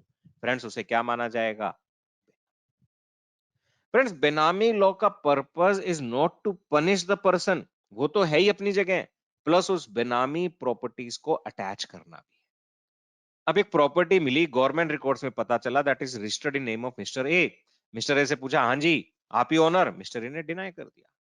फ्रेंड्स मिस्टर ए डिनाई कर रहा है और अगर कुछ नेगेटिव प्रूव नहीं होता, उसके कहीं साइन नहीं है, कहीं पैसा नहीं है, मिस्टर ए फ्री है, डिपार्टमेंट उसका कुछ नहीं कर सकता। बट चूंकि उस प्रॉपर्टी का ओनर नहीं पता चल रहा, तो department can attach that particular property. मगर बेनामी होगी तभी तो अटैच कर पाओगे। तो क्या कहा कि जहां पर ओनर डिनाई करता है कि ये मेरी प्रॉपर्टी नहीं है, मैंने कोई साइन नहीं किया जी, मैंने नहीं खरीदा, I have no idea.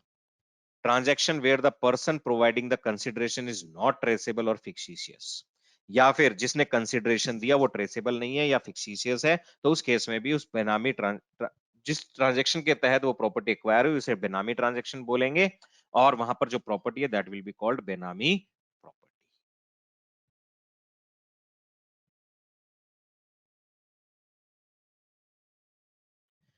Friend, there are four cases where a transaction will be called Benami transaction, and any property which is the subject matter of Benami transaction will be called Benami property.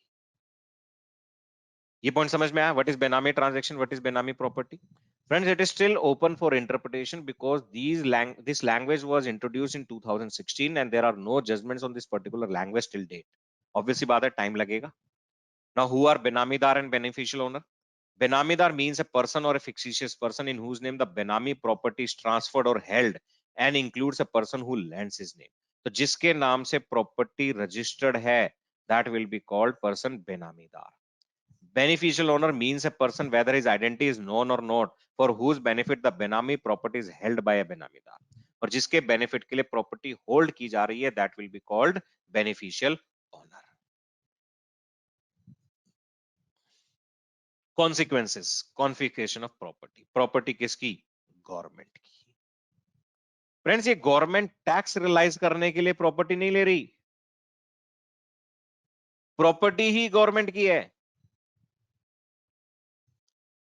Property तो चली गई, penalty 25% of fair market value. जिस दिन पकड़ में आओगे उस दिन की मार्केट वैल्यू का पेनल्टी लगेगी 25%। बेनामीदार पे भी, बेनिफिशियल ओनर पे भी, जो जो पकड़ में आ जाएगा उस पर 25% की पेनल्टी लगेगी। इनडायरेक्टली मार्केट वैल्यू का कितना हो गया? 125%। और प्रॉपर्टी तो चली गई। इम्प्रिजनमेंट 1 ईयर to 7 years, और दोनों पर्सन की इम्प्रिजनमेंट पॉसिबल है 1 साल से लेके 7 साल तक। Friend, difference between tax laws and benami law. Tax laws में अगर आपकी कोई डिमांड निकल आई तो पहले फ्रेंड्स यहां पर डिमांड रिकवरी की कोशिश की जाती है, पहले प्रोसीडिंग्स होती हैं रिकवरी की। मान लो आपके पास बेनामी प्रॉपर्टी है, कुछ ब्लैक मनी पकड़ में आ गई, तो ब्लैक मनी थोड़ी गवर्नमेंट ले जाएगी, गवर्नमेंट की नहीं हुई, वो सिर्फ आपके बिहाफ पे बैंक में जमा हो जाएगी, आपकी असेसमेंट होगी, डिमांड निकालेंगे, रिकवरी की कोशिश करेंगे। अगर रिकवरी नहीं हो पाएगी तो आपकी प्रॉपर्टी अटैच होती है, और अटैच के बाद क्या होती है? सेल। बट अगर बेनामी लॉ अप्लाई हो गया तो जैसे ही रिकमेंड हो गया कि बेनामी लॉ इज एप्लीकेबल, आपकी प्रॉपर्टी कॉन्फिस्केट कर ली जाती है। फिर केस चलता है और केस के एंड रिजल्ट पे डिपेंड करता है कि आपको प्रॉपर्टी वापस मिलेगी या नहीं मिलेगी। फ्रेंड्स, प्रॉपर्टी कॉन्फिस्केट होते ही आप उस प्रॉपर्टी को डील नहीं कर सकते, कुछ भी नहीं कर सकते, वो होल्ड पे चली जाती है। That is the serious consequence of the benami law कि प्रॉपर्टी आपकी क्या हो जाती है, कॉन्फिस्केट। फ्रेंड्स, इसके अलावा अगर बेनामी लॉ में देखें तो it talks about the procedure कि कैसे डिपार्टमेंट एक्शन लेगा। फ्रेंड्स, बेनामी लॉ का रिकमेंडेशन देखें तो it is with the income tax department only, with the assessing officers. तो उनको अगर असेसमेंट के दौरान लगता है कि there is involvement of the benami property, benami transaction, they can refer to the higher authorities. बाकी प्रोसीजर है, किस तरीके से रिकमेंडेशन होगा, कैसे एक्शंस लिए जाएंगे, कैसे कॉन्फिस्केट होगा, कैसे प्रॉपर्टीज की सेल होगी, how the penalty will be levied, imprisonment का प्रोसीजर क्या होगा, वो सब प्रोसीजर है। लॉ इतना सा ही है कि आपकी कौन सी प्रॉपर्टी को बेनामी प्रॉपर्टी माना जाएगा और उसके कॉन्सिक्वेंसेस क्या है। Friends, anything you would like to ask?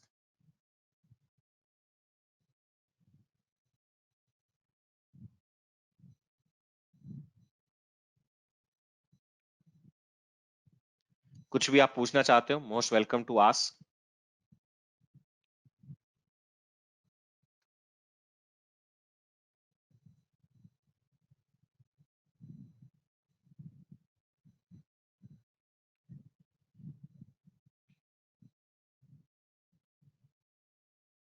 I shared with you this particular PPT also in respect of Benami law.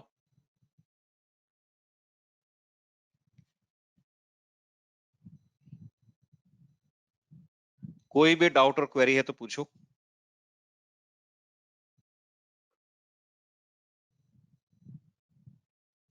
Okay जी, anything you would like to discuss further? Friends, as per topics list we have cover each and every topic we had plan for.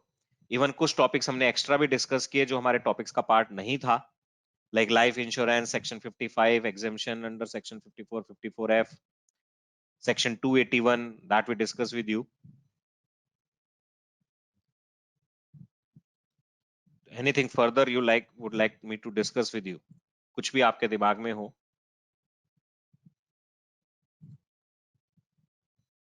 कल कुछ topic suggest किए गए थे, what were the topics?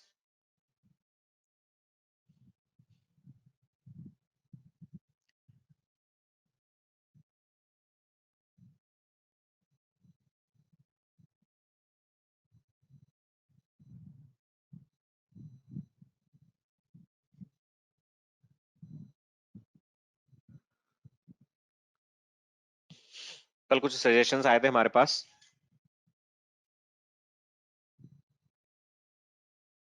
क्या topics थे?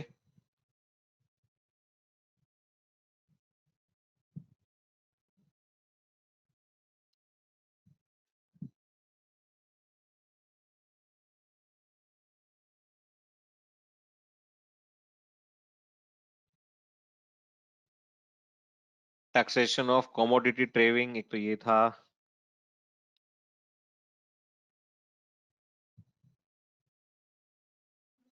एक और आया था कुछ।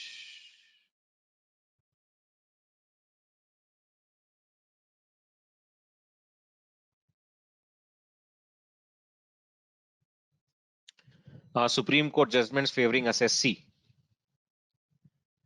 then that I need to make a compilation. हाँ, मेरे पास एक किताब जरूर होगी which I can share with you. I need to locate.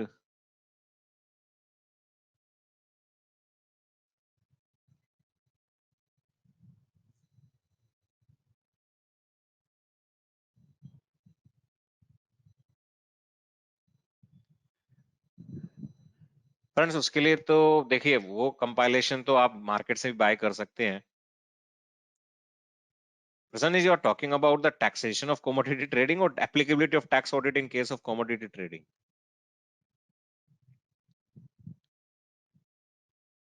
I think that is a very technical issue and we can discuss separately as per your and my comfort.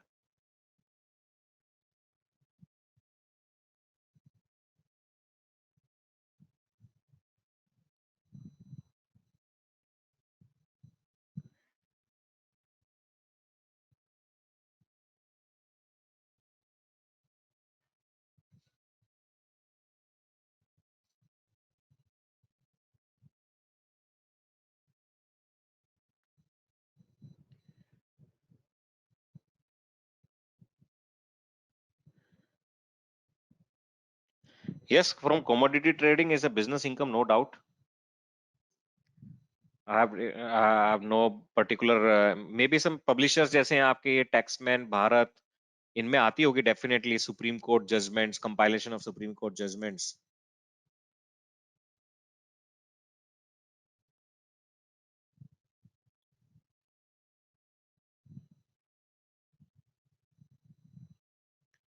I can share with you some PDF copies I have.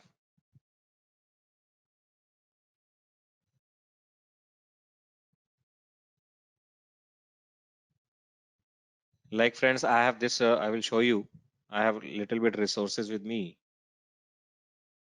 Yeah, that is also good, Mr. Kumar.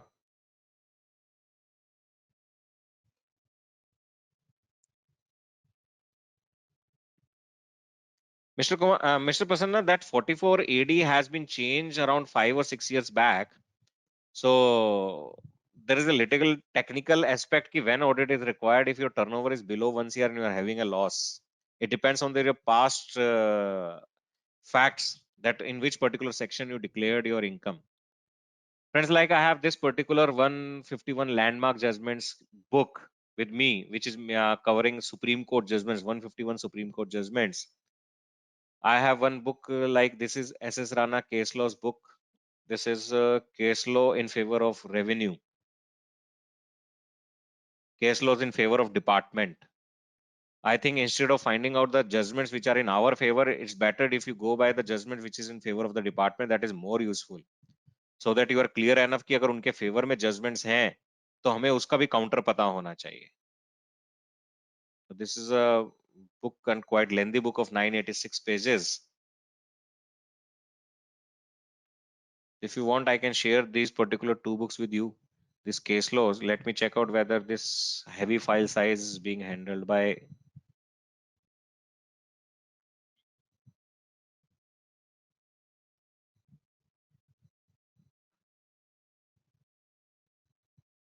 This is also one of the book I have, 2019, quite latest.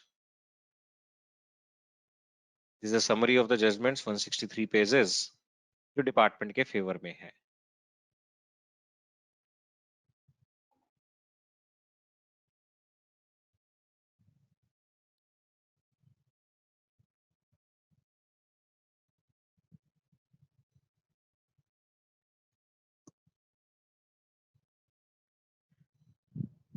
Friends, it's uploaded from my side. Case laws in favor of revenue. You can download if you want to. And there is one decision kit for departmental officers that you can go for. And this is 151 landmark judgment. This is also one of the good compilation I have.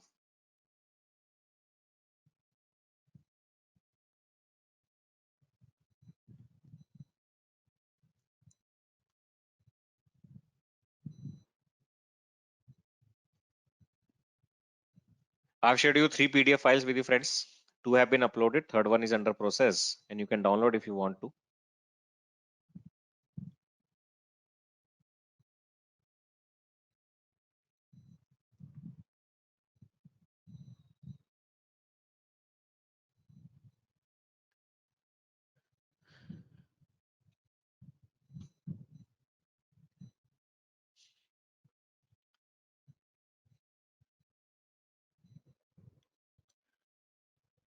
Prasanna ji, you know how to compute the turnover in case of uh, that future and options trading or commodity trading where there is without delivery. As per the guidance note issued by ICI, the turnover is to be calculated by aggregating loss and profits figure, ignoring the negative or positive sign. Now the question arises when tax audit is applicable. That's the main question if we talk about. And confusion is because of section 44 AD. ठीक है जी. तो now there are two type of assessees. एक assessee है हमारे पास individual, HUF and general partnership firm. That is excluding LLP. और दूसरा है others. तो अगर मैं अदर्स के केस में बात करूं, turnover greater than 10 CR, tax audit is required. turnover greater than 1 CR but less than equal to 10 CR, tax audit is required if cash involvement greater than 5%. I think you must be clear with this particular aspect also of cash involvement more than 5%. पूरे साल की receipts vis-a-vis your cash receipts. If cash receipts are more than 5% of your total receipts, then audit is required. Similarly, condition need to be checked for payments. So either of the involvement is more than 5% in cash, tax audit is required, provided turnover is between 1 CR to 10 CR. Turnover less than up to 1 CR, tax audit is not required.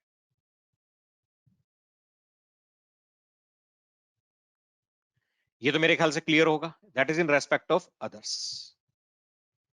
Friends, if I talk about other assessees, it does not matter whether there is a profit or loss. Does not matter. I'm talking about others first. Even if there is a loss or profit, whatever the case may be, the tax audit is dependent upon the aspect what is your turnover. If it is more than 10 CR, tax audit is mandatory. 1 CR to 10 CR depends upon the facts of the case. Up to 1 CR, there is no requirement of tax audit, whether there is profit or loss. Confusion कब आता है? When assessee is individual, HUF or partnership firm. यहां पर भी 3 case बनेंगे. More than 10 CR, turnover, profit loss does not matter. Tax audit is mandatory. Friends, यहां पर बल्कि 4 केस बनेंगे. Greater than 2 CR, less than equal to 10 CR. Profit loss does not matter. What you have to check? Cash involvement.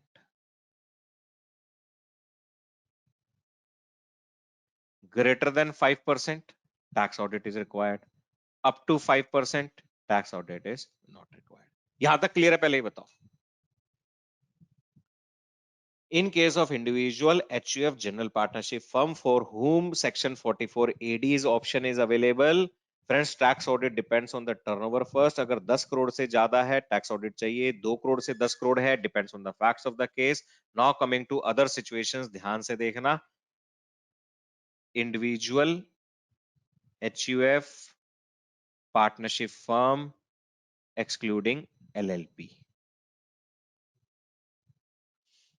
Turnover less than 1 CR. Turnover greater than 1 CR but less than equal to 2 CR. अब friends, इसके लिए first of all we have to see what section 44AD says. 44AD क्या कहता है? Friends, by 2016 there was amendment in section 44AD and according to which क्या कहता है 44AD? अगर आपका टर्नओवर अप टू 2 CR है तो you can declare your income to be 8% or 6% or higher. और उस केस में आपको टैक्स ऑडिट नहीं करवानी, बुक्स मेंटेन करने की जरूरत नहीं है. यही है. फिर वो कहता है कि अगर आपने ईयर 1 में 44AD ऑप्ट कर लिया और अगर आप ईयर 2 से ईयर 6 के बीच में अगर आप 44AD से बाहर आ जाते हैं, दैट मींस आपने ईयर 2 में 44AD ऑप्ट कर लिया, ईयर 3 में 44AD ऑप्ट कर लिया, ईयर 4 आप 44AD से बाहर आ गए बट आप एलिजिबल थे, तो उस केस में Y4 से Y9 तक आपको बुक्स भी मेंटेन करनी पड़ेगी प्लस ऑडिट भी करवानी पड़ेगी. इररेस्पेक्टिव आपका प्रॉफिट कितना है, लॉस कितना है, टर्नओवर कितना है, whatever it is. तो दैट मींस 44AD says कि अगर आप एक बार 44AD ऑप्ट करते हो तो for continuously 6 years you have to opt it. आपको बाहर नहीं आना. बाहर आ जाओ, does not make any problem, but जिस साल बाहर आओगे आपको उस साल प्लस नेक्स्ट 5 इयर्स तक कंटिन्यूअसली आपको ऑडिट और बुक्स मेंटेन करनी पड़ेगी, इररेस्पेक्टिव ऑफ प्रॉफिट और loss, irrespective of turnover.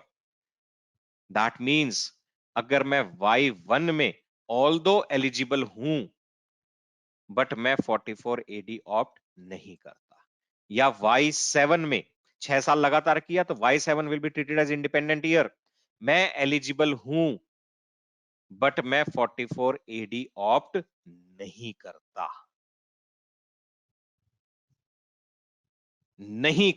Then what will happen? तो फ्रेंड्स इसका मतलब हम यहां पे डिस्कशन कर रहे हैं Y1 का, Y7 का। मैंने कहा जी मैं 44 एडी में जा ही नहीं रहा, काम ही खत्म। Although I'm eligible, but from the very beginning I'm saying that I'm not opting for 44 AD, then what will happen?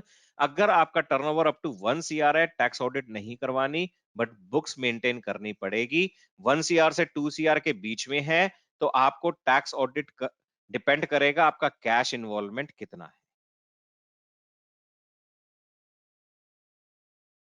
और बुक्स तो मेंटेन करनी ही पड़ेगी। तो फ्रेंड्स ये जो अप टू 2 CR का इशू आप किस साल देखेंगे? Y1 और Y7 में देखेंगे। अगर आप Y1 में 44 AD ऑप्ट कर चुके हैं, Y1 is the first year of your business, तो आपको कंटिन्यूअसली 6 साल तक 44 AD ऑप्ट करना पड़ेगा। इन बिटवीन बाहर आ गए, then that year in which you are making exit out plus next 5 years you have to compulsorily go for audit, whatever the case may be. Turnover कितना भी हो, profit loss जो मर्जी हो, you have to go for audit. तो यहां पर आपका टर्नओवर पे डिपेंड करेगा। अब इन दोनों केसेस में आपका प्रॉफिट या लॉस मैटर नहीं करता।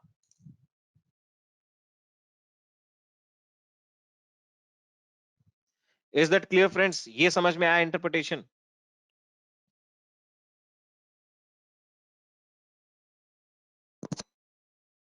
अब इसमें सवाल ये आता है कि मैं Y4 में 44 AD से बाहर जा रहा हूं, एग्जिटिंग, क्यों? क्योंकि मेरा टर्नओवर ग्रेटर देन 2 CR हो गया।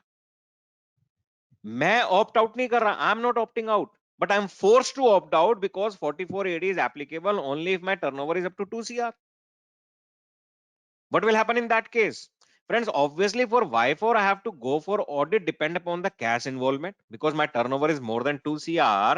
Can I go for 44 AD in Y5 again? In my opinion, yes. Reason being the law says if you opts in and then opts out, and when you use the word opt out, that means it's my choice whether to opt out or not. I'm not opting out. It's forced to opt out. So there is a difference between these two words. अगर मेरे को Y4 में 44 AD से बाहर निकाल दिया जाता है for the reason my turnover is more than 2 CR, can I go for 44 AD in Y5 again? In my opinion, yes, I can go. हाँ, बट अगर Y5 में मैं एलिजिबल हूं but I am not opting for 44 AD, then this picture will this provision will come into force. मुझे फिर 5-6 साल तक continuously audit करवानी पड़ेगी और बुक्स मेंटेन करनी पड़ेगी। तो अगर आपने एक बार 44 AD ऑप्ट कर दिया तो 1 + 5 इयर्स की साइकिल है, उसके बाद Y7 is in independent year.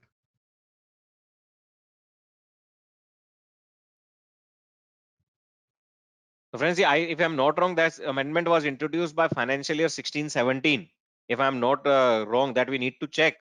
तो फ्रेंड्स उसके 6 साल होने वाले हैं, ध्यान रखना।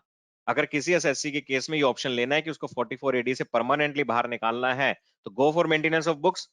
1 करोड़ तक का टर्नओवर है, ऑडिट मत कराओ। 2 करोड़ तक का भी है, कैश इन्वॉल्वमेंट चेक करो, ऑडिट मत कराओ, and go for that.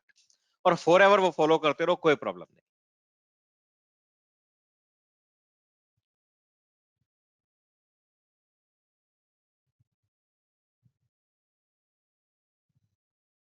So friends, this is very hard to say for me.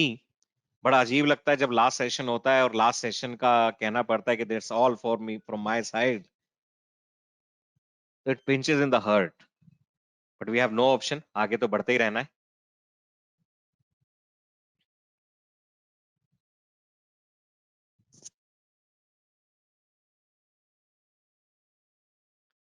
Friends, I hope you have enjoyed the whole journey we had together.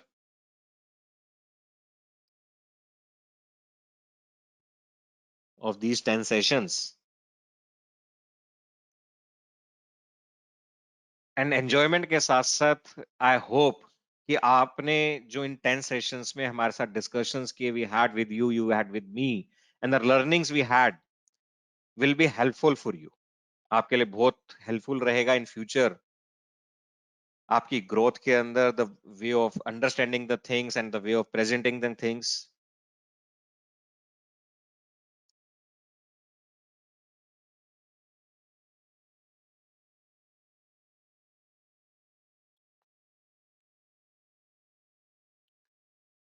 Anything else you would like to discuss with me?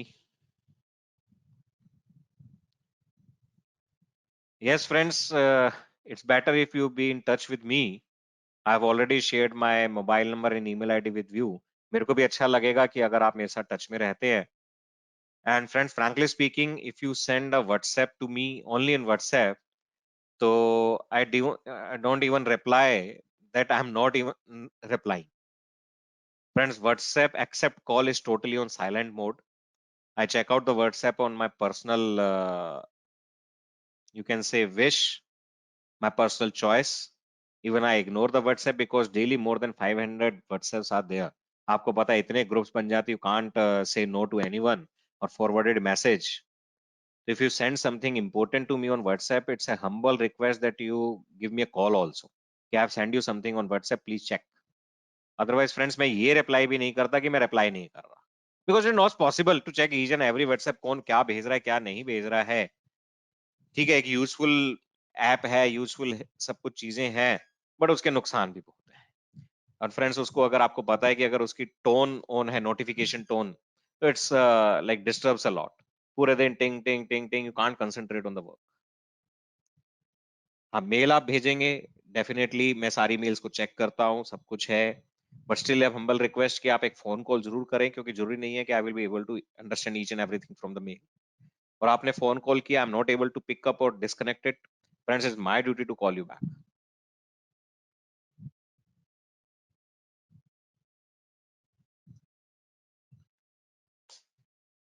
ठीक है friends, विदा लेंगे आपसे. आज ये नहीं कहेंगे कि लेट्स मीट टुमारो और on the next Saturday at 8 o'clock. Thanks a ton, not only for today's session, but for all the whole course, 10 sessions, friends. Bye bye. Wish you good luck.